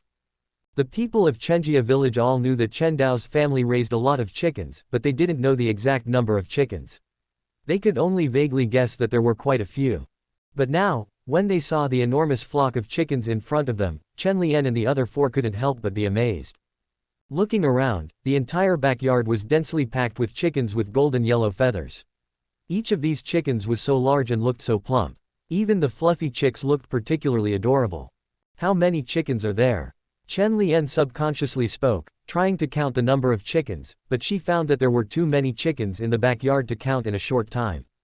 In addition to the chickens, there were also 2 dogs and a flock of ducks in the backyard. At this time, the sounds of chickens, ducks, and dogs were intertwined. The crowd listened to the sound. Not only did they not feel noisy, but they also felt a little happy. Before, they were a little worried that Chen Dao's chicken farming job was fake, but now they were completely relieved. With so many chickens and ducks here, Chen Dao's family must be short of manpower to help. Chen Dao gave everyone a little time to adjust, and then said, The things I need you to do are very simple. Second, remember the number of chickens and ducks and the number of eggs laid each day. Remember to take out the chicken and duck eggs that failed to hatch. Third, feed the chickens and ducks every morning and afternoon. Chen Dao told the 5 women one by one what needed to be done. After listening, Wu Yun couldn't help but say, Brother Dao, is that all we need to do? Wu Yun originally thought that the work Chen Dao asked them to do would definitely be very hard, otherwise, he wouldn't give a reward of 1 tael of silver per month, but she didn't expect. The things they needed to do were so simple, which made Wu Yun feel that 1 tael of silver was too much. It's that simple. Chen Dao nodded, Please wait a moment, I'll go get the grain. You will feed the chickens and ducks today. With that, Chen Dao returned to the house. After Chen Dao left, Qian Yu stared at the vast number of chickens and ducks and sighed. With so many chickens and ducks, no wonder Brother Dao can take out so much silver to help the whole village pay taxes. That's right. Wu Yun nodded repeatedly and said, Brother Dao's chickens have golden yellow feathers and are very large. They look so good, one must be able to sell for a lot of money. Chen Lian silently counted the number of chickens and said, I just counted, there are 150 chickens and 30 ducks, a total of 180. Not bad. Chen Dao's voice came, and Chen Dao, who was carrying a bag of grain back, looked at Chen Lian in surprise. He hadn't said the number of chickens and ducks just now, but Chen Lian was able to count more than 100 chickens and ducks in such a short time, which shows Chen Lian's care and calculation ability. Brother Dao is here. Chen Lian, who was praised by Chen Dao, was a little embarrassed. Chen Dao directly handed the grain bag to Chen Lian and said, the grain is here, try to feed the chickens and ducks. After speaking, Chen Dao did not forget to point to Xiao He and remind, by the way, do you see that black-footed chicken? Don't provoke it, it can hurt people. We know. Chen Lian and the others nodded solemnly. The villagers occasionally mentioned the black-footed chicken in Chen Dao's house when chatting. After all, many young and strong men in the village had personally seen the fighting power of this black-footed chicken. The story of a chicken chasing the Chen Jin three brothers and fleeing in panic had already been spread by the villagers. Then let's start. Chen Dao sat down near the door, watching Chen Lian and the others carry the grain bags to feed the chickens and ducks. Chen Lian, who took the grain bag and opened it, couldn't help but gasp. Chapter 91 Better than what people eat. Chen Lian stared wide-eyed at the distinct grains of sorghum in the bag, unable to suppress her shock. Not only Chen Lian, but also Wu Yun and the other four women were staring blankly at the sorghum in the bag, their expressions stunned. Using sorghum to feed chickens and ducks, the Chen Dao family is truly dripping with wealth. Isn't that right? My family can't even afford to eat sorghum. No wonder these chickens and ducks are growing so well, it turns out they eat sorghum every day. Quote. Looking at the sorghum in the bag, the women couldn't help but sigh. In this day and age, even people can't afford sorghum, yet the Chen Dao family uses it to feed chickens and ducks. At that moment, the five women had a profound understanding of the Chen Dao family's wealth. After a brief moment of surprise, the five women immediately sprang into action, pouring the grain from the bag into the prepared feeding troughs, allowing the chickens and ducks to peck at it. Seeing that the women were not attacked by the chickens and the two Sha country dogs, Chen Dao was relieved and said to them, after the chickens and ducks finish eating, you can start cleaning up the droppings. Chen Dao was only halfway through his sentence when Ding Shalwa walked over carrying a food bucket, saying, Brother Dao, this is the breakfast you asked me to bring. Thank you, Sister Ding. It's no trouble at all. Ding Shalwa waved her hand, put down the food bucket, and returned to the kitchen to busy herself. Chen Dao then beckoned to Chen Lian and the others, saying, don't be busy yet, come and eat. Hearing the word, eat, Chen Lian and the others' eyes lit up, and they hurried to the side of the food bucket, swallowing their saliva as they smelled the aroma of the food wafting from inside. Chen Dao took in their expressions and directly lifted the cloth covering the food bucket, revealing the plump steamed buns inside. It's steamed buns. As the cloth was lifted, the unique aroma of steamed buns spread out, and Chen Lian and the others couldn't help but feel even hungrier. Let's eat. Chen Dao directly grabbed a steamed bun and handed it to Chen Lian.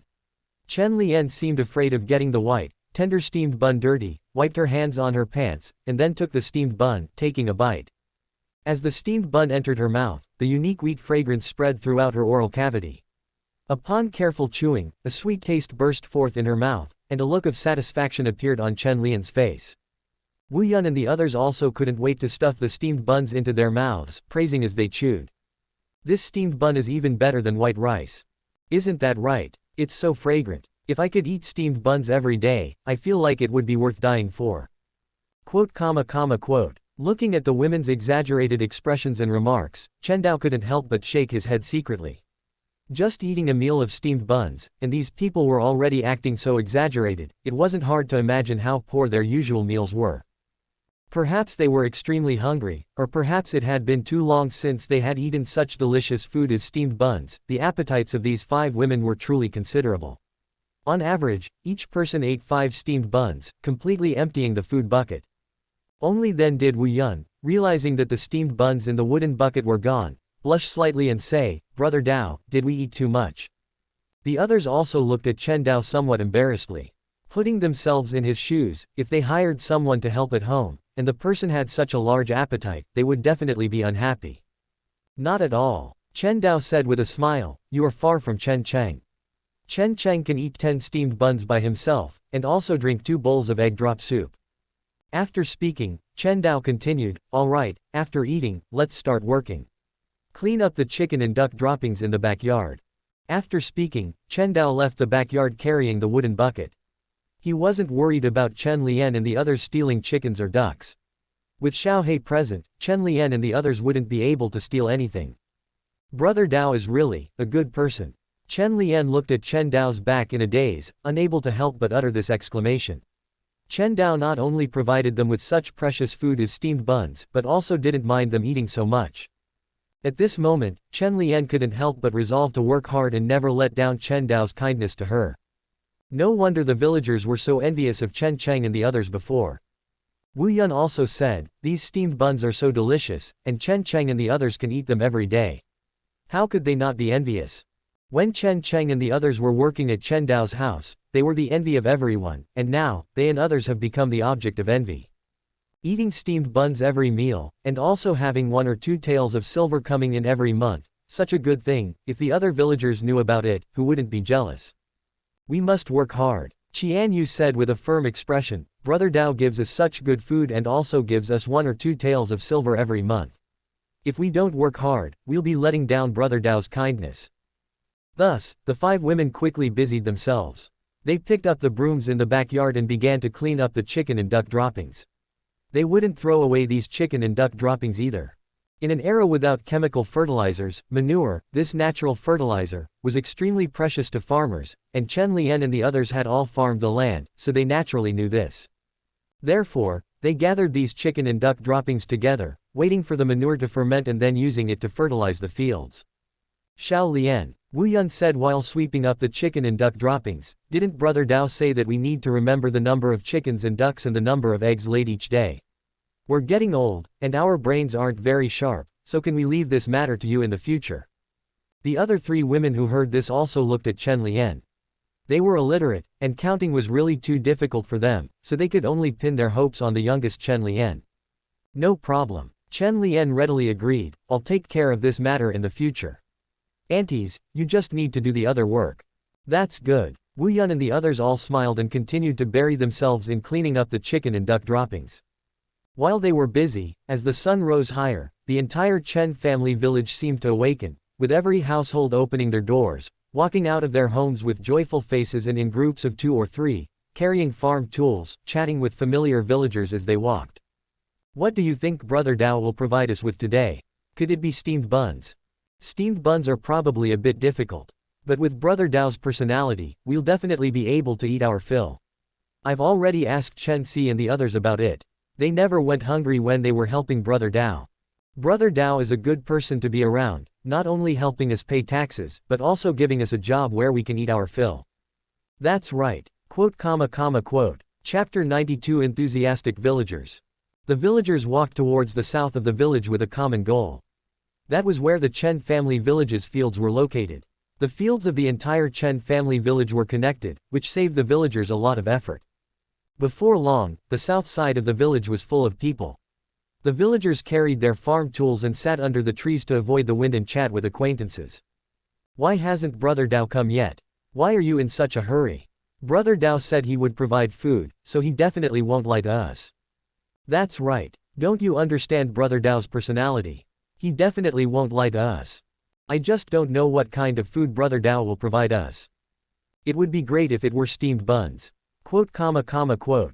Under a tree, village chief Chen He also arrived, with his younger brother Chen Cheng and Li Zheng standing beside him. Li Zheng narrowed his eyes, looking at the fields that had not been taken care of for several months and had grown a lot of weeds. He frowned and said, "Can crops really be grown in this cold weather?" In fact, it wasn't just Li Zheng who had this worry. Village chief Chen He and all the villagers were very worried about this issue.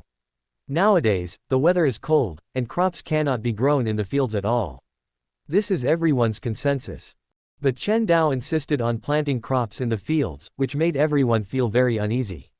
It wouldn't be a big problem if crops couldn't be grown, it would just be a waste of some seeds and effort. But if Chen Dao is unwilling to pay taxes for everyone because he can't grow crops, then the trouble will be big. I can't figure out Brother Dao's thoughts. Chen He shook his head and said uncertainly, but Brother Dao is so confident, he should have some way, right? Brother Dao is here. At this time, someone shouted, and everyone looked to the north. They saw Chen Dao's figure appearing in the distance.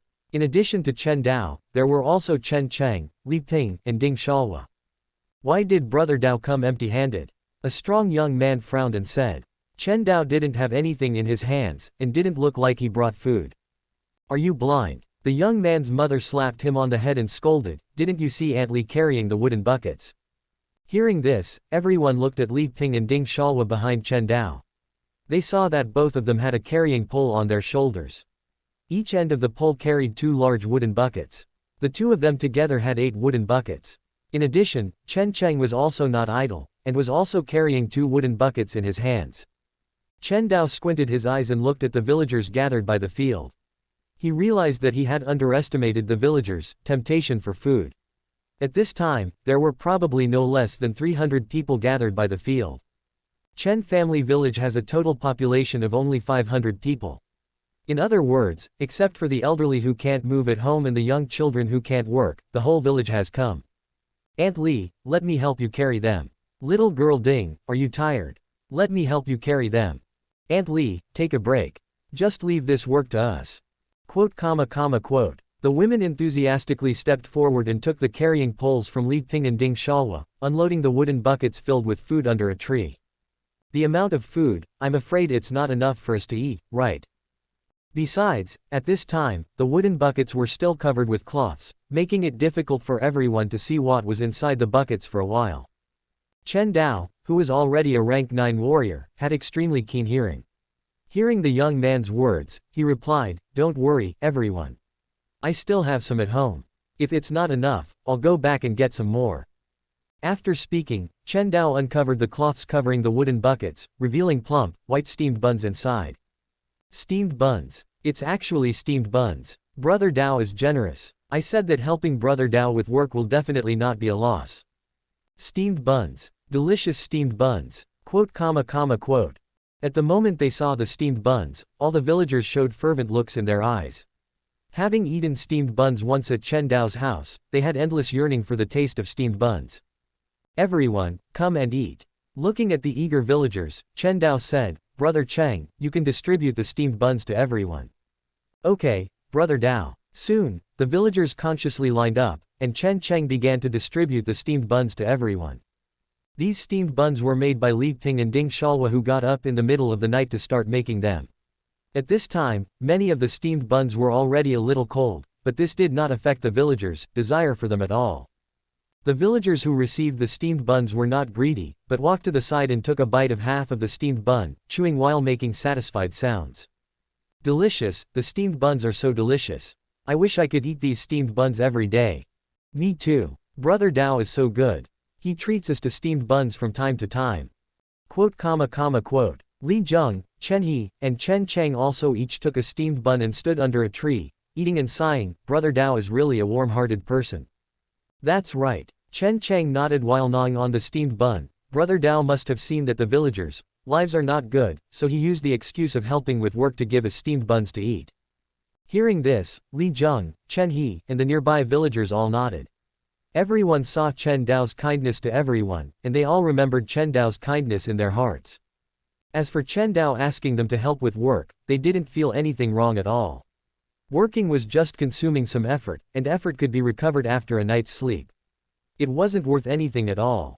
Mom. Seeing that the steamed buns in the 10 wooden buckets were gradually running out, Chen Dao said to Li Ping, take some people back and bring some more steamed buns over.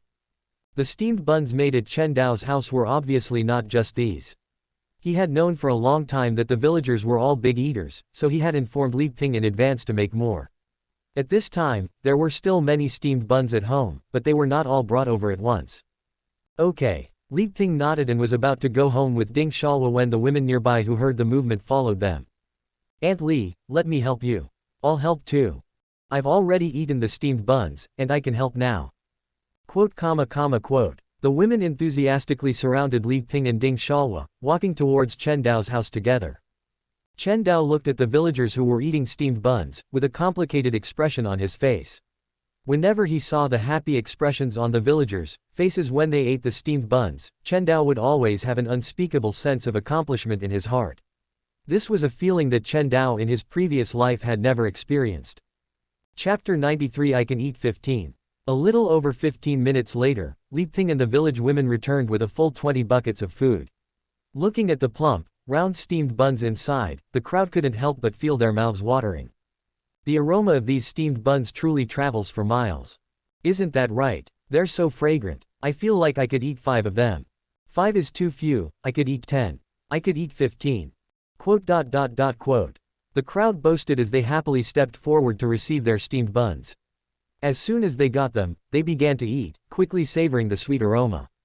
These steamed buns are so delicious, Mom. I want to eat them every day from now on. As long as you work hard, Brother Dao will definitely let you eat steamed buns every day in the future. The boy's mother stroked his head as she spoke. People nearby nodded in agreement. That's right. With Brother Dao's personality, as long as we work diligently, he definitely won't mistreat us. Let me tell you, if anyone slacks off later and makes Brother Dao unhappy, I definitely won't spare them. Exactly. If anyone dares to be lazy, don't even think about coming back. Eating such good food and still thinking about slacking off, are they even human? Quote. About another 30 minutes passed, and the steamed buns in the 20 buckets were completely devoured by the villagers. The vast majority of them were full, and they looked at Chen Dao with eager eyes. Brother Dao, what do you need us to do? Hearing this question, Chen Dao thought for a moment and said, this time, I'm going to plant wheat. When it comes to farming, you all should know more than I do, so I won't pretend to be an expert. Just follow the old methods.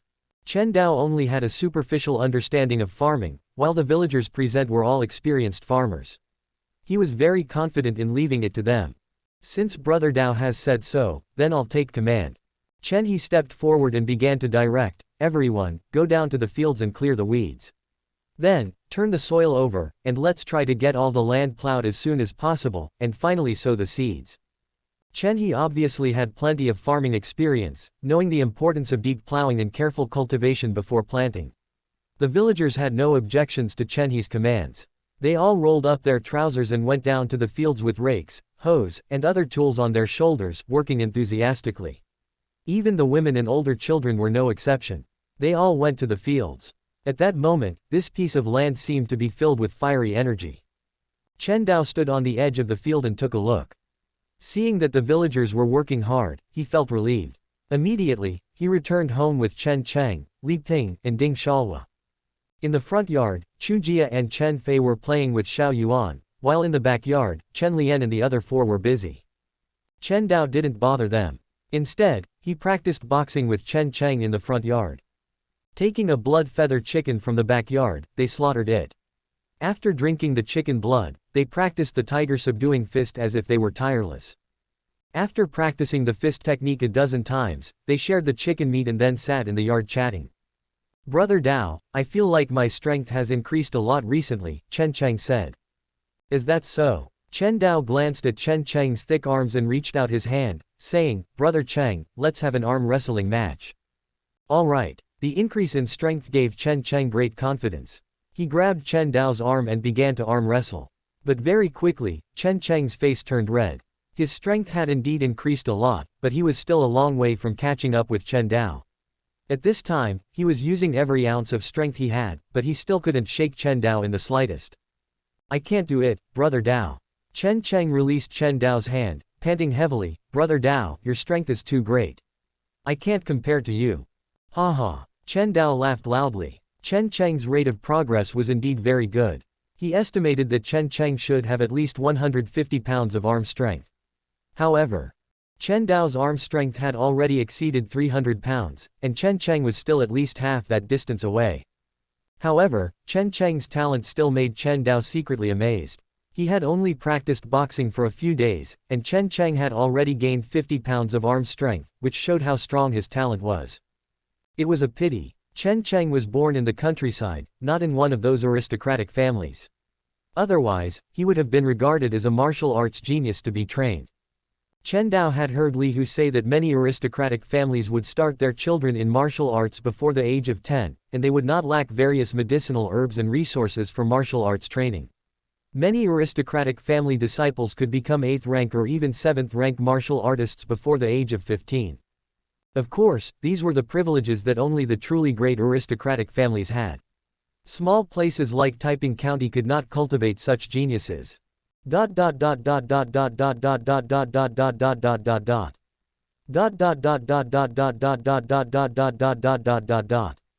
As the sun headed west, in the continuous fields of Chen family village, villagers carried their farm tools to the edge of the fields.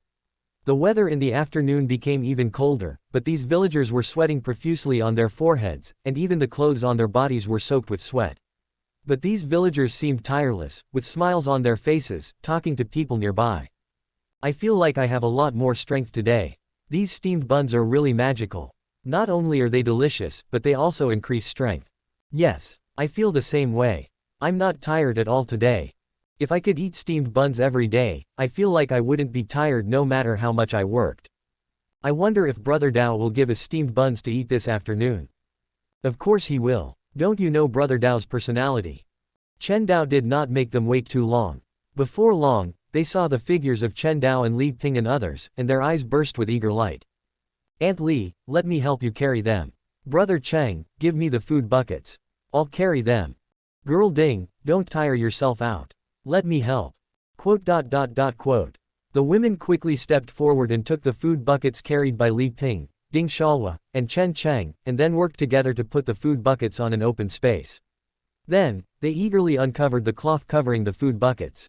This aroma, it's steamed buns. Chen Go's eyes lit up.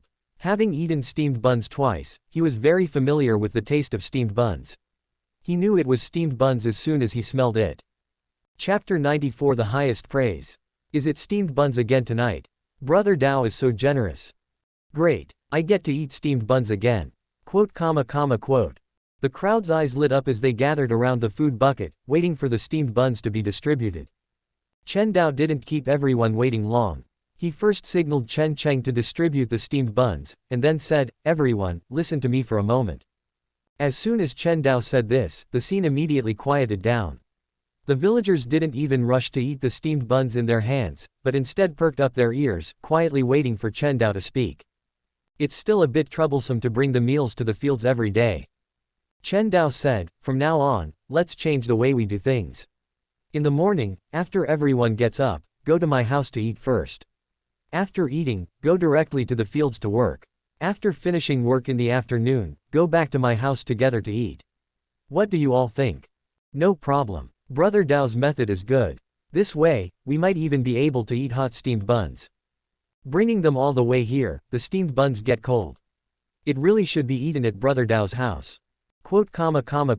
Without a second thought, everyone agreed to Chen Dao's suggestion. Chen Dao continued, "Of course, I have to say the ugly truth first. I can give you steamed buns to eat every day, enough to fill you up, but if anyone doesn't work hard, or even runs back home after eating the steamed buns in the morning and doesn't come to the fields to work, then don't blame me for not being lenient." As soon as these words came out, the villagers' expressions immediately turned serious. "Brother Dao, don't worry, if anyone dares to be lazy, we will definitely not spare him." "That's right. Brother Dao, I'll help you keep an eye on them. Absolutely no one will dare to be lazy. Which lazy ass dares to be lazy? We'll beat him to death." The villagers spoke up one after another, making guarantees. Among them, there were definitely people who wanted to be lazy, but most of the villagers, even if it was just to eat steamed buns, would definitely not be lazy.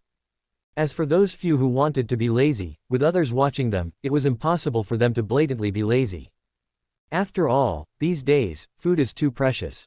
No one wants to lose this job where they can eat their fill of steamed buns every meal. "Brother Dao, don't worry."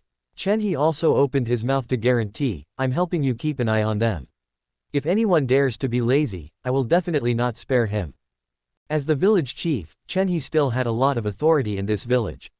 As soon as he said this, those few people who wanted to be lazy immediately extinguished their thoughts.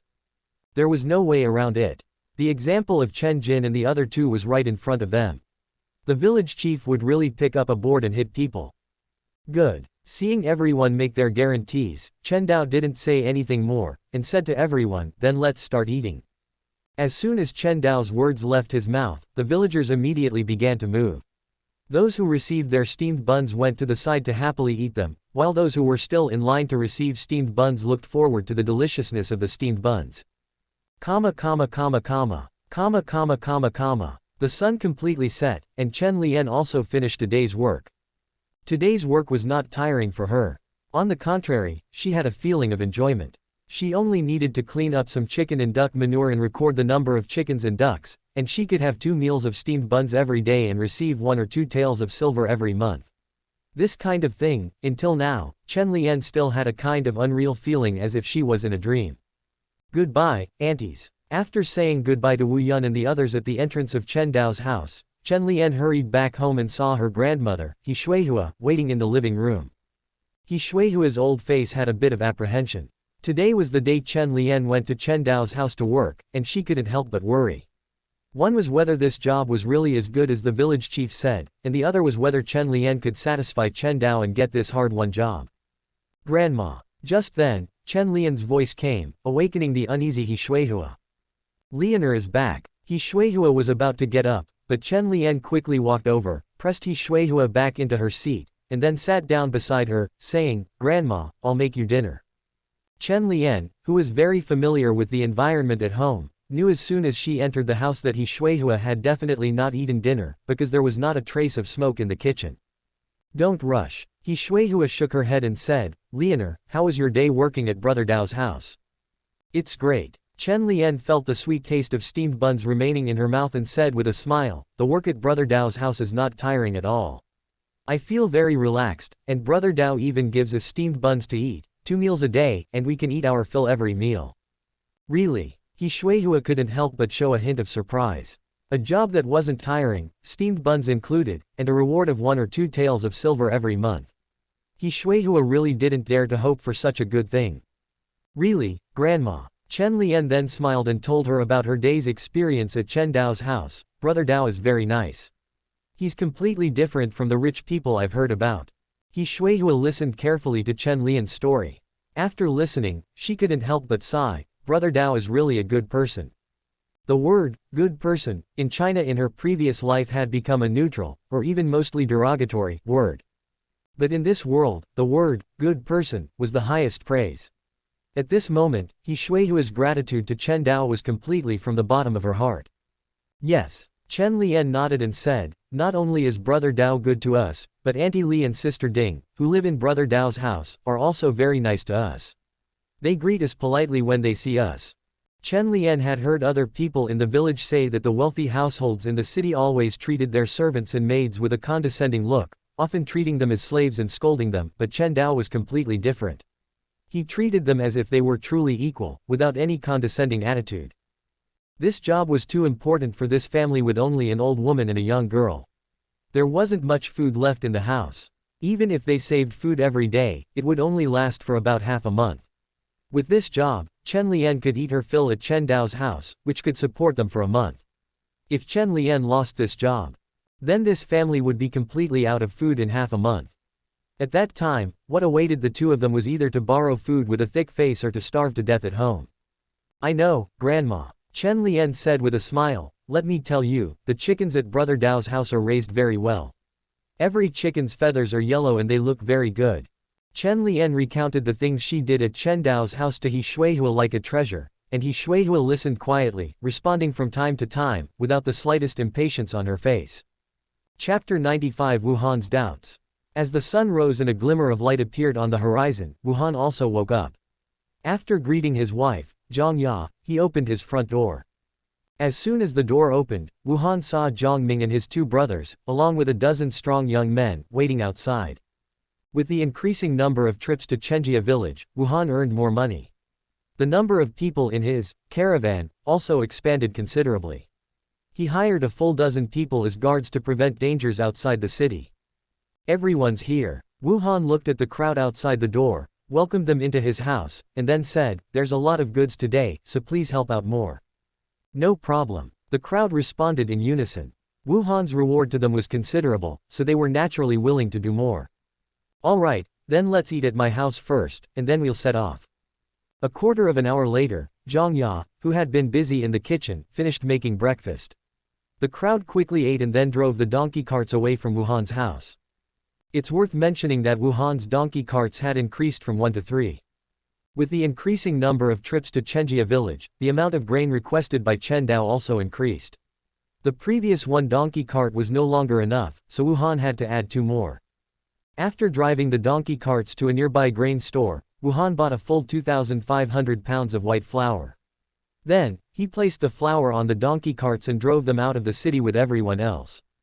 Perhaps it was because there were more guards, or perhaps it was because they had traveled outside the city more often. Zhongming was not as nervous as before while walking on the official road. Instead, he said with a smile, "Brother-in-law, why do you think Chen Dao wants so much grain? There are only a few people in his family, but he buys thousands of pounds of grain every time. Can they even finish eating it all? Let's not talk too much about Brother Chen's affairs." Wuhan had always known that Chen Dao had secrets, but he had no intention of delving into them. In his opinion, it was enough that Chen Dao entrusted the white feather chicken business to him. Selling white feather chickens once allowed Wuhan to earn at least 2 taels of silver in profit. Faced with such a huge profit, Wuhan was too lazy to get to the bottom of Chen Dao's secrets. Wouldn't it be better to make money in peace? Why bother with so much?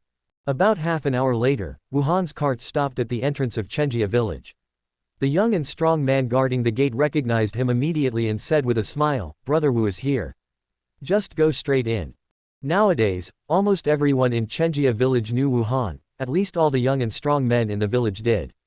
They all knew that Wuhan was a merchant who traded with Chen Dao. Therefore, the young and strong men guarding the entrance of the village generally would not stop Wuhan from entering the village. "Thank you, young brother." Wuhan was also good at handling things. He directly took out 3 copper coins and stuffed them into the young man's hand. Then, he drove the donkey cart straight to the front of Chen Dao's house. Why are there so many people? Looking at the long line in front of Chen Dao's house, Wuhan couldn't help but be surprised. In the past, when he came to Chenjia village, although he would occasionally see people gathering, most of the time it was deserted and every household's door was tightly closed. But now it was so lively, which was somewhat unusual. With so many people, aren't almost all the people in the village here? Zhang Ming glanced at the crowd in line, his mouth twitching. Looking around, there were probably no less than several hundred people gathered in front of Chen Dao's house. In judging from the scale of Chenjia village, it was estimated that there were only a few hundred people in total. It wouldn't be an exaggeration to say that the whole village had come. Let's ask someone. Wuhan jumped off the donkey cart, came to the end of the line, and asked a young man, "Young brother, what are you all doing here?" The young man, although called a young man, was actually just a half-grown boy. He was none other than Chen Go, who had been guarding the entrance of the village when Wuhan first came to Chenjia village. Chen Go had gotten up a little late today, so he was at the back of the line. He couldn't help but feel a little unhappy, but he didn't vent his anger on Wuhan. Instead, he said, "It's Brother Wu." Brother Wu was Chen Dao's name for Wuhan. Many people in Chenjia village also liked to imitate Chen Dao and call Wuhan Brother Wu. "We're here to get steamed buns from Brother Dao's house to eat," Chen Go answered the doubts in Wuhan and the others' minds. However, as soon as Chen Go said this, the doubts in Wuhan and the others' minds deepened. Can the whole village get steamed buns to eat? A young man in Wuhan's team couldn't help but ask. Not the whole village. Chen Go shook his head. Before Wuhan and the others could react, he continued, "But it's almost the whole village. Except for the old people who can't move and the children who can't work, everyone else can come to Brother Dao's house to get steamed buns to eat." Quote exclamation mark quote. A huge exclamation mark flashed through the minds of Wuhan and the others. Inviting the whole village to eat steamed buns. Damn it, how much money would that cost in a day? This brother. Zhang Ming couldn't help but ask, "You're not lying to us, are you? In this day and age, where are there such great philanthropists?" It wasn't that Zhang Ming didn't trust Chen Go, but what he said was too shocking. Nowadays, the price of grain was almost as high as the sky. Even the landlords in the city had to tighten their belts. But at this time, Chen Go told him that someone was generously inviting the whole village to eat steamed buns. Zhang Ming really couldn't believe it. "Why would I lie to you?" Chen Go glared at Zhang Ming and said, "Brother Dao isn't a great philanthropist, he's the best person in our village. If it weren't for Brother Dao, I don't know how many people in the village would still be starving." Seeing Chen Go's affirmative words, Wuhan and the others couldn't help but look at each other. Judging from Chen Go's performance, the fact that Chen Dao was inviting the whole village to eat steamed buns was indeed true. This couldn't help but shock Wu Han and the others. There were probably no less than 300 people lining up in front of Chen Dao's house at this time. Inviting 300 people to eat steamed buns, Wu Han and the others really didn't know how to evaluate this behavior. They just had a deeper understanding of Chen Dao's wealth in their hearts. I won't talk to you anymore, it's my turn to get steamed buns. Chen Go didn't say much to Wu Han and the others. Seeing that the line was getting shorter and shorter, he hurried forward. Before long, he came out of Chen Dao's house with a few steamed buns in his hands, happily eating the steamed buns while following the crowd towards the south of the village. Wu Han noticed that most of the villagers who were heading south were carrying farm tools such as hoes, as if they were going to farm. Farming. The doubts in Wu Han's mind deepened. Nowadays, it was freezing cold, and no grain could be grown in the entire Qingzhou region. Why were these villagers going to farm? Moreover, they all looked happy, as if they could really grow grain in the ground. Chapter 96. A Great Act of Kindness. Carrying a multitude of questions in his heart, Wu Han signaled Zhang Ming and the others to wait outside, while he himself passed through the open gate and entered the front yard of Chen Dao's house. At this moment, the front yard was bustling with activity. Li Ping and Chen Cheng, who had just finished distributing steamed buns, were tidying up the rice buckets and other items. Chen Dao, however, wasn't doing any work, so he noticed Wu Han entering immediately and greeted him with a smile. "Brother Wu is here." "Brother Chen," Wu Han responded, looking at the rice buckets being carried into the house by the crowd, as well as the small amount of steamed buns remaining inside, and asked, "What are you all doing?" "Distributing breakfast to the villagers." Chen Dao replied, "I hired some villagers to help me with work, and the reward is 2 meals a day." "Are those just some villagers?" Wu Han's lips twitched. The villagers gathered at Chen Dao's house just now numbered in the hundreds. Even a landlord or magistrate in the city couldn't afford to hire so many people to work. As for the reward of 2 meals, Wu Han didn't think Chen Dao was stingy. On the contrary, he thought Chen Dao was quite generous. He had seen that Chen Dao was giving those villagers white steamed buns, which were not cheap. In this day and age, there were people everywhere who couldn't afford to eat. There were countless people willing to work for a meal, or even marry a virgin for just 1 meal. Chen Dao being able to give the villagers helping him steamed buns was already a great act of kindness. "Brother Chen, are you hiring the villagers to help with farming?" Wu Han voiced the doubts in his heart. When he was outside just now, he had noticed the villagers carrying farm tools, looking like they were going to work in the fields. "Yes." Chen Dao nodded. "I rented all the land in the village and plan to plant some grain on it." Speaking of this, Chen Dao couldn't help but smile. "Brother Wu, maybe after a while, you'll be able to do some grain business with me." This. Wu Han opened his mouth, not knowing whether to say Chen Dao was naive or thinking too simply. In this kind of weather, how could grain be grown in the fields? Could it be that Brother Chen has been deceived?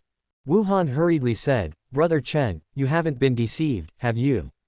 In this freezing weather, how can grain be grown in Qingzhou?" "Brother Wu, don't worry." Chen Dao said with a smile, "The grain I'm planting this time is a bit different from ordinary grain. The seeds are from the Kangmang Mountains and can grow in cold weather." This was an excuse Chen Dao had thought of long ago. As he started farming, the fact that he could grow grain in winter would definitely not be hidden from others, and the fact that he could see the evolution roots of creatures was his biggest secret, something he couldn't tell anyone. Therefore, explaining the origin of the grain seeds became Chen Dao's biggest problem. Fortunately, there was the Kangmang Mountains. The Kangmang Mountains were vast and boundless, and it wouldn't be surprising if anything strange appeared within them. Thus, the Kangmang Mountains became Chen Dao's best scapegoat. "I see." A look of realization appeared on Wu Han's face. The Kangmang Mountains were boundless, and the monsters and herbs within were endless. Although Chen Dao obtaining unique grain seeds from the Kangmang Mountains was somewhat rare, it was still an acceptable explanation. "Then it seems I have to rely on Brother Chen to become a grain merchant," Wu Han said jokingly. "There will be a chance." Chen Dao nodded, asking Chen Cheng to call Chen Dao over, and then said to Wu Han, "Brother Wu, how much grain did you bring this time?" "A total of 2,500 catties." Wu Han replied, "According to Brother Chen's request, all that I brought this time is white flour." After speaking, Wu Han frowned again and said, "Brother Chen, the price of grain in the city has risen again recently. White flour has already risen to 20 copper coins per catty. It's gone up again." Chen Dao couldn't help but sigh. It was because he foresaw that the price of grain would continue to rise that he decided to farm. It's just that the price of grain has risen too quickly. The first time he bought white flour, it was still 16 copper coins per catty. This was already a price that ordinary people could hardly bear. He didn't expect, it has now risen by 4 copper coins. White flour at 20 copper coins per catty, even families with slightly better financial situations probably wouldn't dare to consume it at all. I now really hope that Brother Chen's grain seeds can really grow grain. What caused the high price of grain and the inability of the people to eat their fill was never the cold disaster, but the land annexation.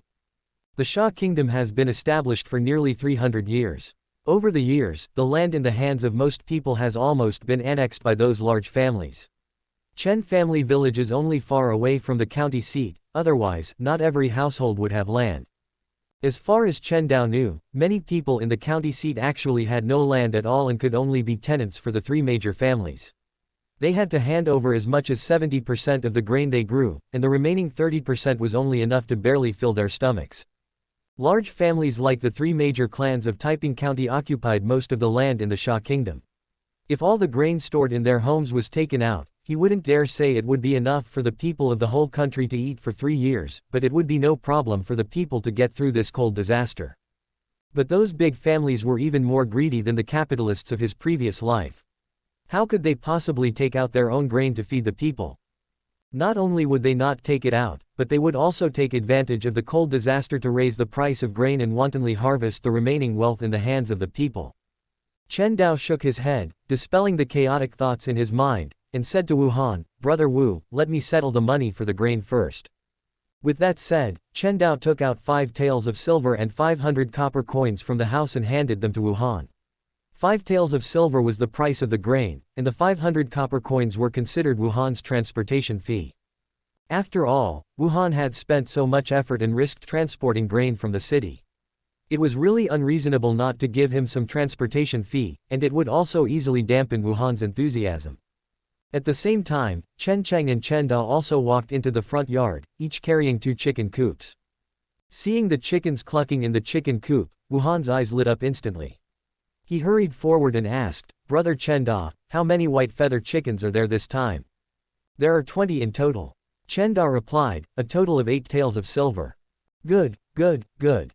Wu Han laughed happily, took out the 8 taels of silver from the last time he bought the white feather chickens and handed it to Chen Dao, and at the same time said, "Brother Chen Dao, I wonder when you can sell more of these white feather chickens."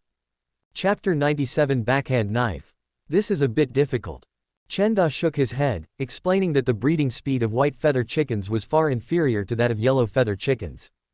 Although Chen Dao's family had a considerable number of white feather chickens and occasionally acquired new gray feather chickens for cultivation, the output was ultimately limited. Wu Han came over every 10 days or so, and Chen Dao's limit was already providing 20 white feather chickens each time. Any more, and it would affect the breeding of his white feather chickens. Is that so? Disappointment surfaced on Wu Han's face. He had hoped that Chen Dao could provide more white feather chickens so he could earn more silver each trip, but now it seemed impossible. "Brother Wu, don't be disappointed." At this moment, Chen Dao suddenly spoke, "In a while, there might be even better chicken breeds available. When that time comes, I guarantee you'll make a fortune." "Really?" Wu Han's eyes lit up. "Of course." Chen Dao nodded. With the increasing number of yellow feather chickens, Chen Dao estimated that he could start selling them in small quantities after some time. In fact, a small number of yellow feather hens were aging and ceasing to lay eggs every day, losing their value for breeding. However, Chen Dao did not choose to sell these hens but instead directly slaughtered them for meat, trying his best to ensure his family had meat to eat and make them stronger. "That's great," Wu Han said with a smile, "then I'll wait for good news from Brother Chen." "No problem." Chen Dao nodded and then said, "Brother Wu, you've come all this way, you must sit down at my house today." "No problem." Having received good news, Wu Han readily agreed. He first went outside to have Zhongming and the others move the grain into Chen Dao's kitchen, and then everyone sat together in Chen Dao's living room to chat. It is worth mentioning that each person had several steamed buns and a cup of hot water beside them, treating the steamed buns as desserts and the hot water as tea, which could be considered a morning tea. The food at Chen Dao's house is really good. One of the young men brought by Wu Han looked at the steamed bun in his hand and couldn't help but sigh to the person beside him. Those of them who worked for Wuhan could eat a little better at Wuhan's house, but most of the time they ate rice bran porridge. But Chen Dao's family used steamed buns to entertain guests, and they could eat as much as they wanted. This made the young man envious. Steamed buns at every meal, enough to fill their stomachs. Even the life of a landlord was no better than this, right? Isn't that right? Not only Chen Dao's family, but many villagers in Chen family village can eat steamed buns every day. When we came just now, weren't those villagers lining up outside to receive steamed buns? I even want to move to Chen family village. Selling some labor can guarantee steamed buns at every meal. You can't find such a good job in the county town. That's right. Quote. The young men brought by Wuhan whispered their envy. Chen Dao was talking with Wuhan, learning about the situation in the county town. For a time, the entire living room was filled with a harmonious atmosphere. In the afternoon, when Wuhan and the others set off to leave Chen family village. Outside the gate of Taiping County, Zhang He stood in front of a dilapidated house, squinting his eyes to examine the city gate guarded by soldiers. Brother Zhang. Skinny Monkey stood beside Zhang He and said, "It's already Shenxi, 3 to 5 p.m., and in less than an hour, the soldiers at the city gate will change shifts." Yes. Zhang He nodded lightly and asked, "Are the brothers all ready?" "Ready." Skinny Monkey said solemnly, "The brothers are already lying in ambush near the city gate.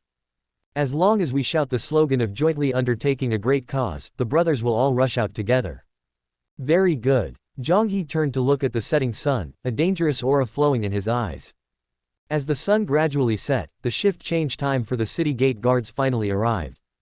A soldier wearing armor and a regulation military knife at his waist stamped his foot, somewhat impatiently saying, "It's so cold today, why haven't the brothers who are changing shifts come yet? What's the rush?" Another soldier said, "The brothers guarding the city gate at night have no opportunities to make extra money. It's understandable that they're a bit lax." Taiping County had a total of 20 city guard soldiers. These 20 soldiers were all the military strength of Taiping County, with 10 people responsible for guarding the city gate during the day, 2 guarding the gate and 8 supporting on the city wall. The other group of 10 people was responsible for guarding the city after the city gate was closed at night. Compared to the night shift, the day shift was obviously easier and also had opportunities to make extra money.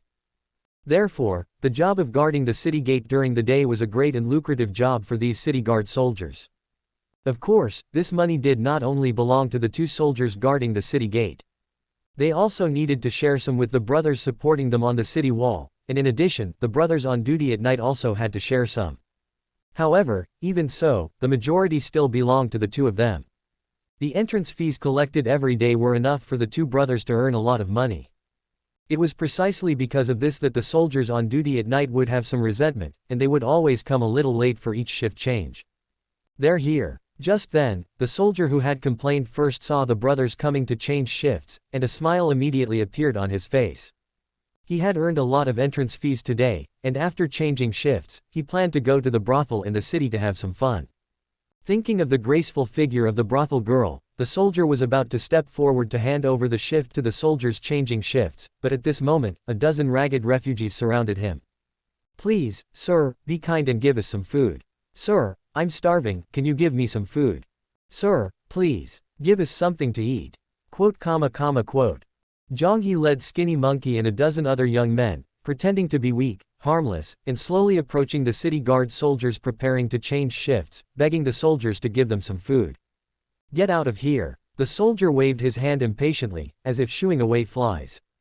These refugees were covered in mud and smelled terrible, instantly dissipating the lust that had just risen in his lower abdomen.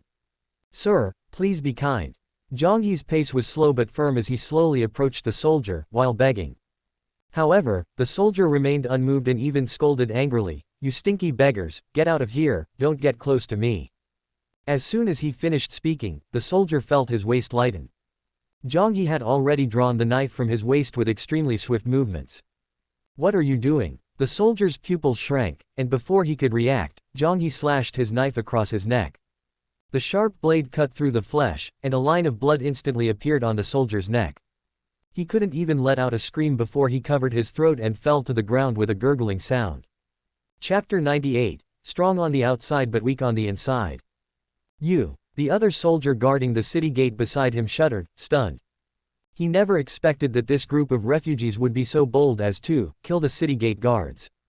This was the crime of rebellion. A crime punishable by the extermination of 9 generations. Ah! The shocked soldier felt a pain in his neck as Thin Monkey pulled out the knife from his waist and slashed it across his neck, ending his life. What's going on? 2 soldiers who had just come out of the city gate to change shifts were stunned. They had just walked out of the city gate when they encountered this sudden situation, leaving them unable to react for a moment. But right now, there was no time for them to react.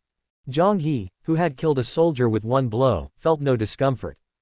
Having walked all the way from Liangzhou, he had seen too many dead people.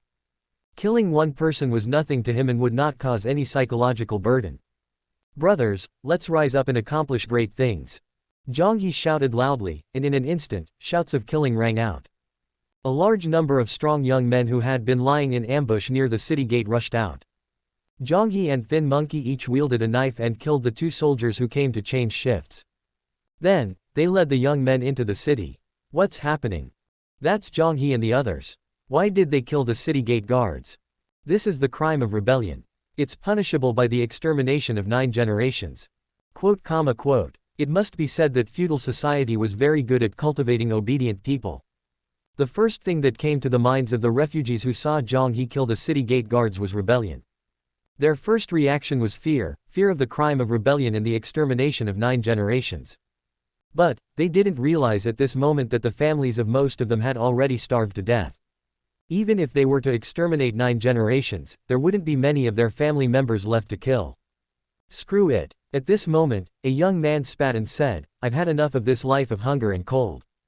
Now that the city gate is wide open and unguarded, it's a good time for us to enter the city. With that, the refugee strode out and rushed straight into the city gate. He was already alone and had nothing to lose. Death was not something to be feared. If he could have a full meal before he died, what did death matter? We're going to. The young man's actions seemed to have motivated more people. A large number of refugees abandoned their fears and rushed into the city.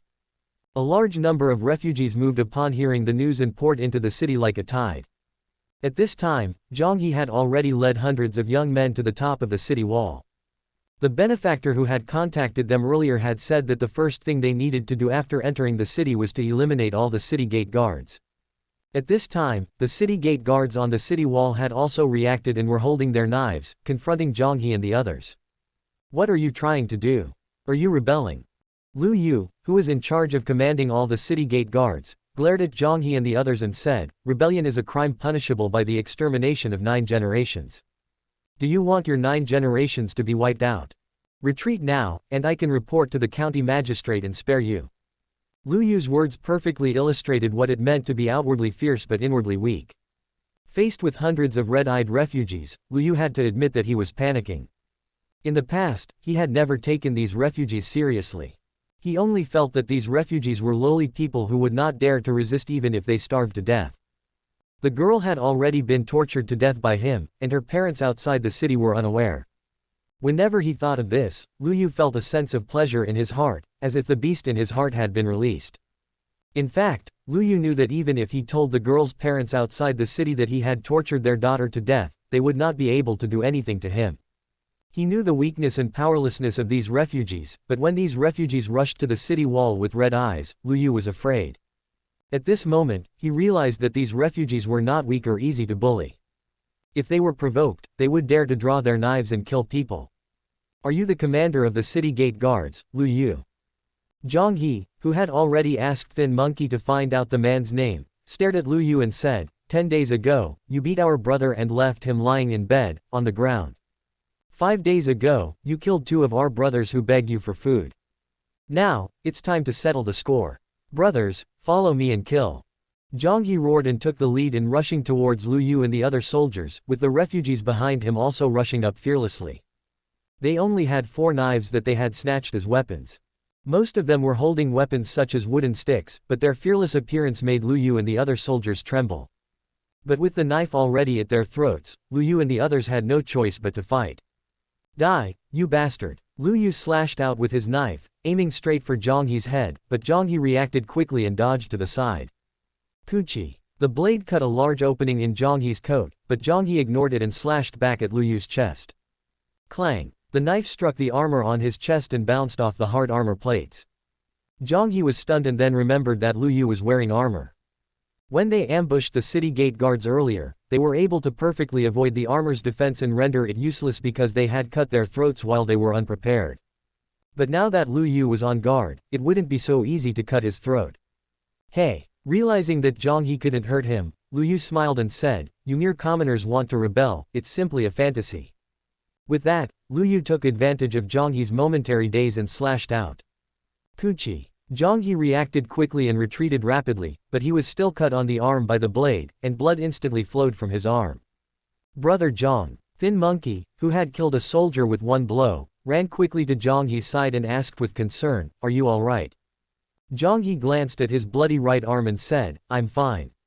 Let's kill him together." Okay. So, Zhang He and the two of them took their knives and fought with Lu Yu. Lu Yu was not a martial artist. At most, he was a soldier, so he was a little stronger than ordinary people, but it was still very difficult for Zhang He and the two of them to fight him. Because the armor on Lu Yu's body had too strong of a defense, their knives could not cause any damage to Lu Yu at all. On the contrary, Lu Yu's knife was a great threat to them, so the two of them could only try to dodge Lu Yu's attacks and engage in a close fight with Lu Yu, trying to exhaust Lu Yu's strength while looking for an opportunity to deliver a fatal blow. Chapter 99 Loss of Order. While Zhang He and Slim Monkey were entangled with Lu Yu, on the city wall, the other refugees were also engaged in a life-and-death struggle with a dozen or so defending soldiers.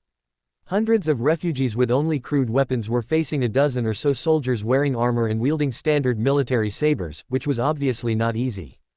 However, due to their numbers and fearless nature, the refugees eventually gained the upper hand and quickly killed the soldiers on the city wall one by one.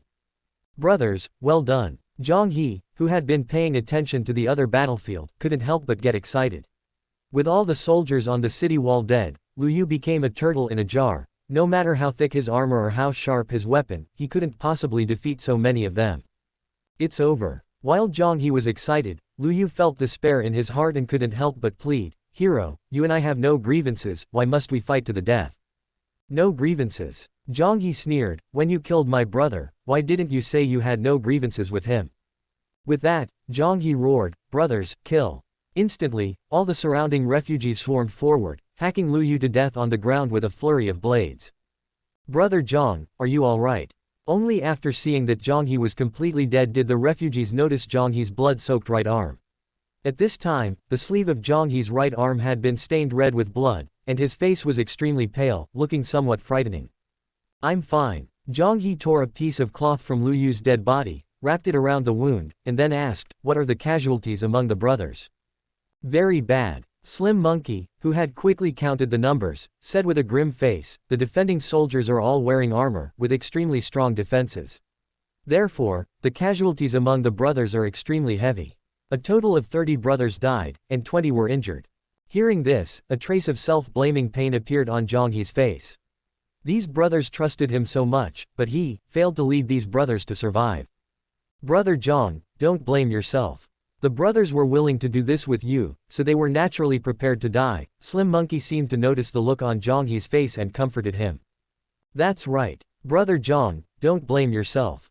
The dead brothers certainly don't want Brother Zhang to blame himself either. Brother Zhang, why don't you tell us what we should do next?" Quote. The others also spoke up one after another, and their persuasion eased Zhang He's self-blame a lot. Zhang He slowly walked to the edge of the city wall, looked at the county town barely illuminated by the afterglow of the setting sun, and his eyes flickered. As the city gate opened, a large number of refugees poured into the city. These refugees obviously did not have clear goals like Zhang He and the others. After entering the city, these starving refugees instantly lost their minds, and in groups of 2s and 3s, they broke into various residences and shops, looting the food and money inside. At this time, the sounds of shouting, fighting, and killing in the county town were endless. This area near the city gate had completely lost its order. The refugees, who had lost their minds, completely unleashed the beast in their hearts. They would kill the men in the houses who tried to resist, and the women, needless to say, what would be their fate? "Brother." A strong young man following behind Zhang He looked greedily at the bottom, saying, "Should we also go and grab some?" Not only this young man, but the others also looked greedily at the food looted by the refugees below, wishing they could personally go down and rob. They had not had a full meal for too long and could hardly resist the temptation of food. Do you want to die? After scanning the crowd, Zhang He said coldly, by working for the nobleman, we still have a glimmer of hope. If we join them in looting, we will definitely not survive until tomorrow. Why didn't Zhang He dare to kill the defending soldiers and enter the city before, but now he dares to do it? Because killing the defending soldiers before was equivalent to rebelling, which was a matter of certain death. But now, the nobleman in the city gave him a promise that as long as he could do what the nobleman told him to do, the nobleman would cover up his killing of the defending soldiers and breaking into the city, and give him and his brothers a legitimate identity so they would no longer need to be refugees. Although working for the nobleman was also extremely dangerous, there was still a glimmer of hope, and what's more, the nobleman would also give them a legitimate identity, and even give them medicinal herbs, giving them a chance to become martial artists. Everyone, be rational. Slim Monkey also reminded everyone in a timely manner, looting like them is no different from rebelling. Only death awaits us. Only by following Brother Zhang and completing the nobleman's instructions can we live well. Zhang He and Slim Monkey's words timely curbed the greed in everyone's hearts, and they all regained their sanity.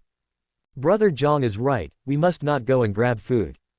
Just follow Brother Zhang. No one is allowed to act without authorization. Brother Zhang, tell us what to do. We'll all listen to you.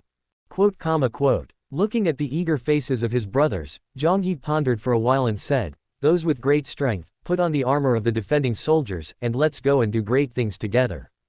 Soon, Zhang He picked out a dozen or so stronger brothers and had them put on the armor stripped from the defending soldiers.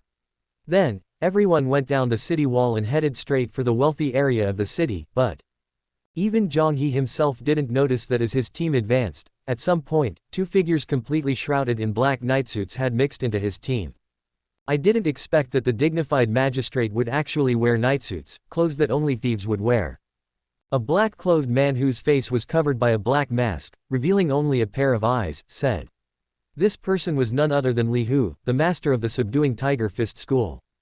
And the identity of the black-clothed man beside him was naturally the magistrate Xu Jiwen. Master Li, that's a bit biased.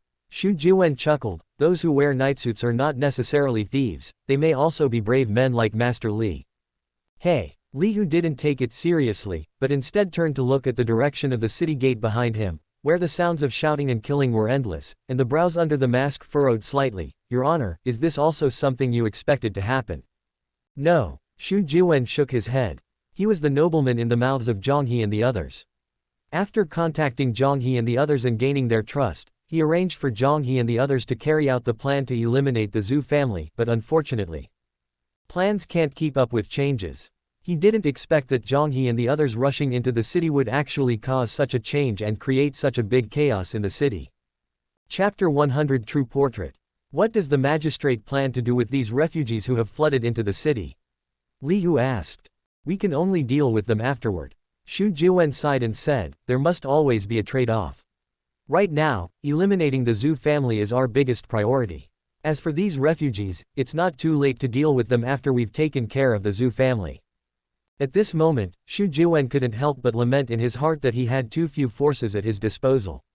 Otherwise, these refugees would never have caused such a big mess.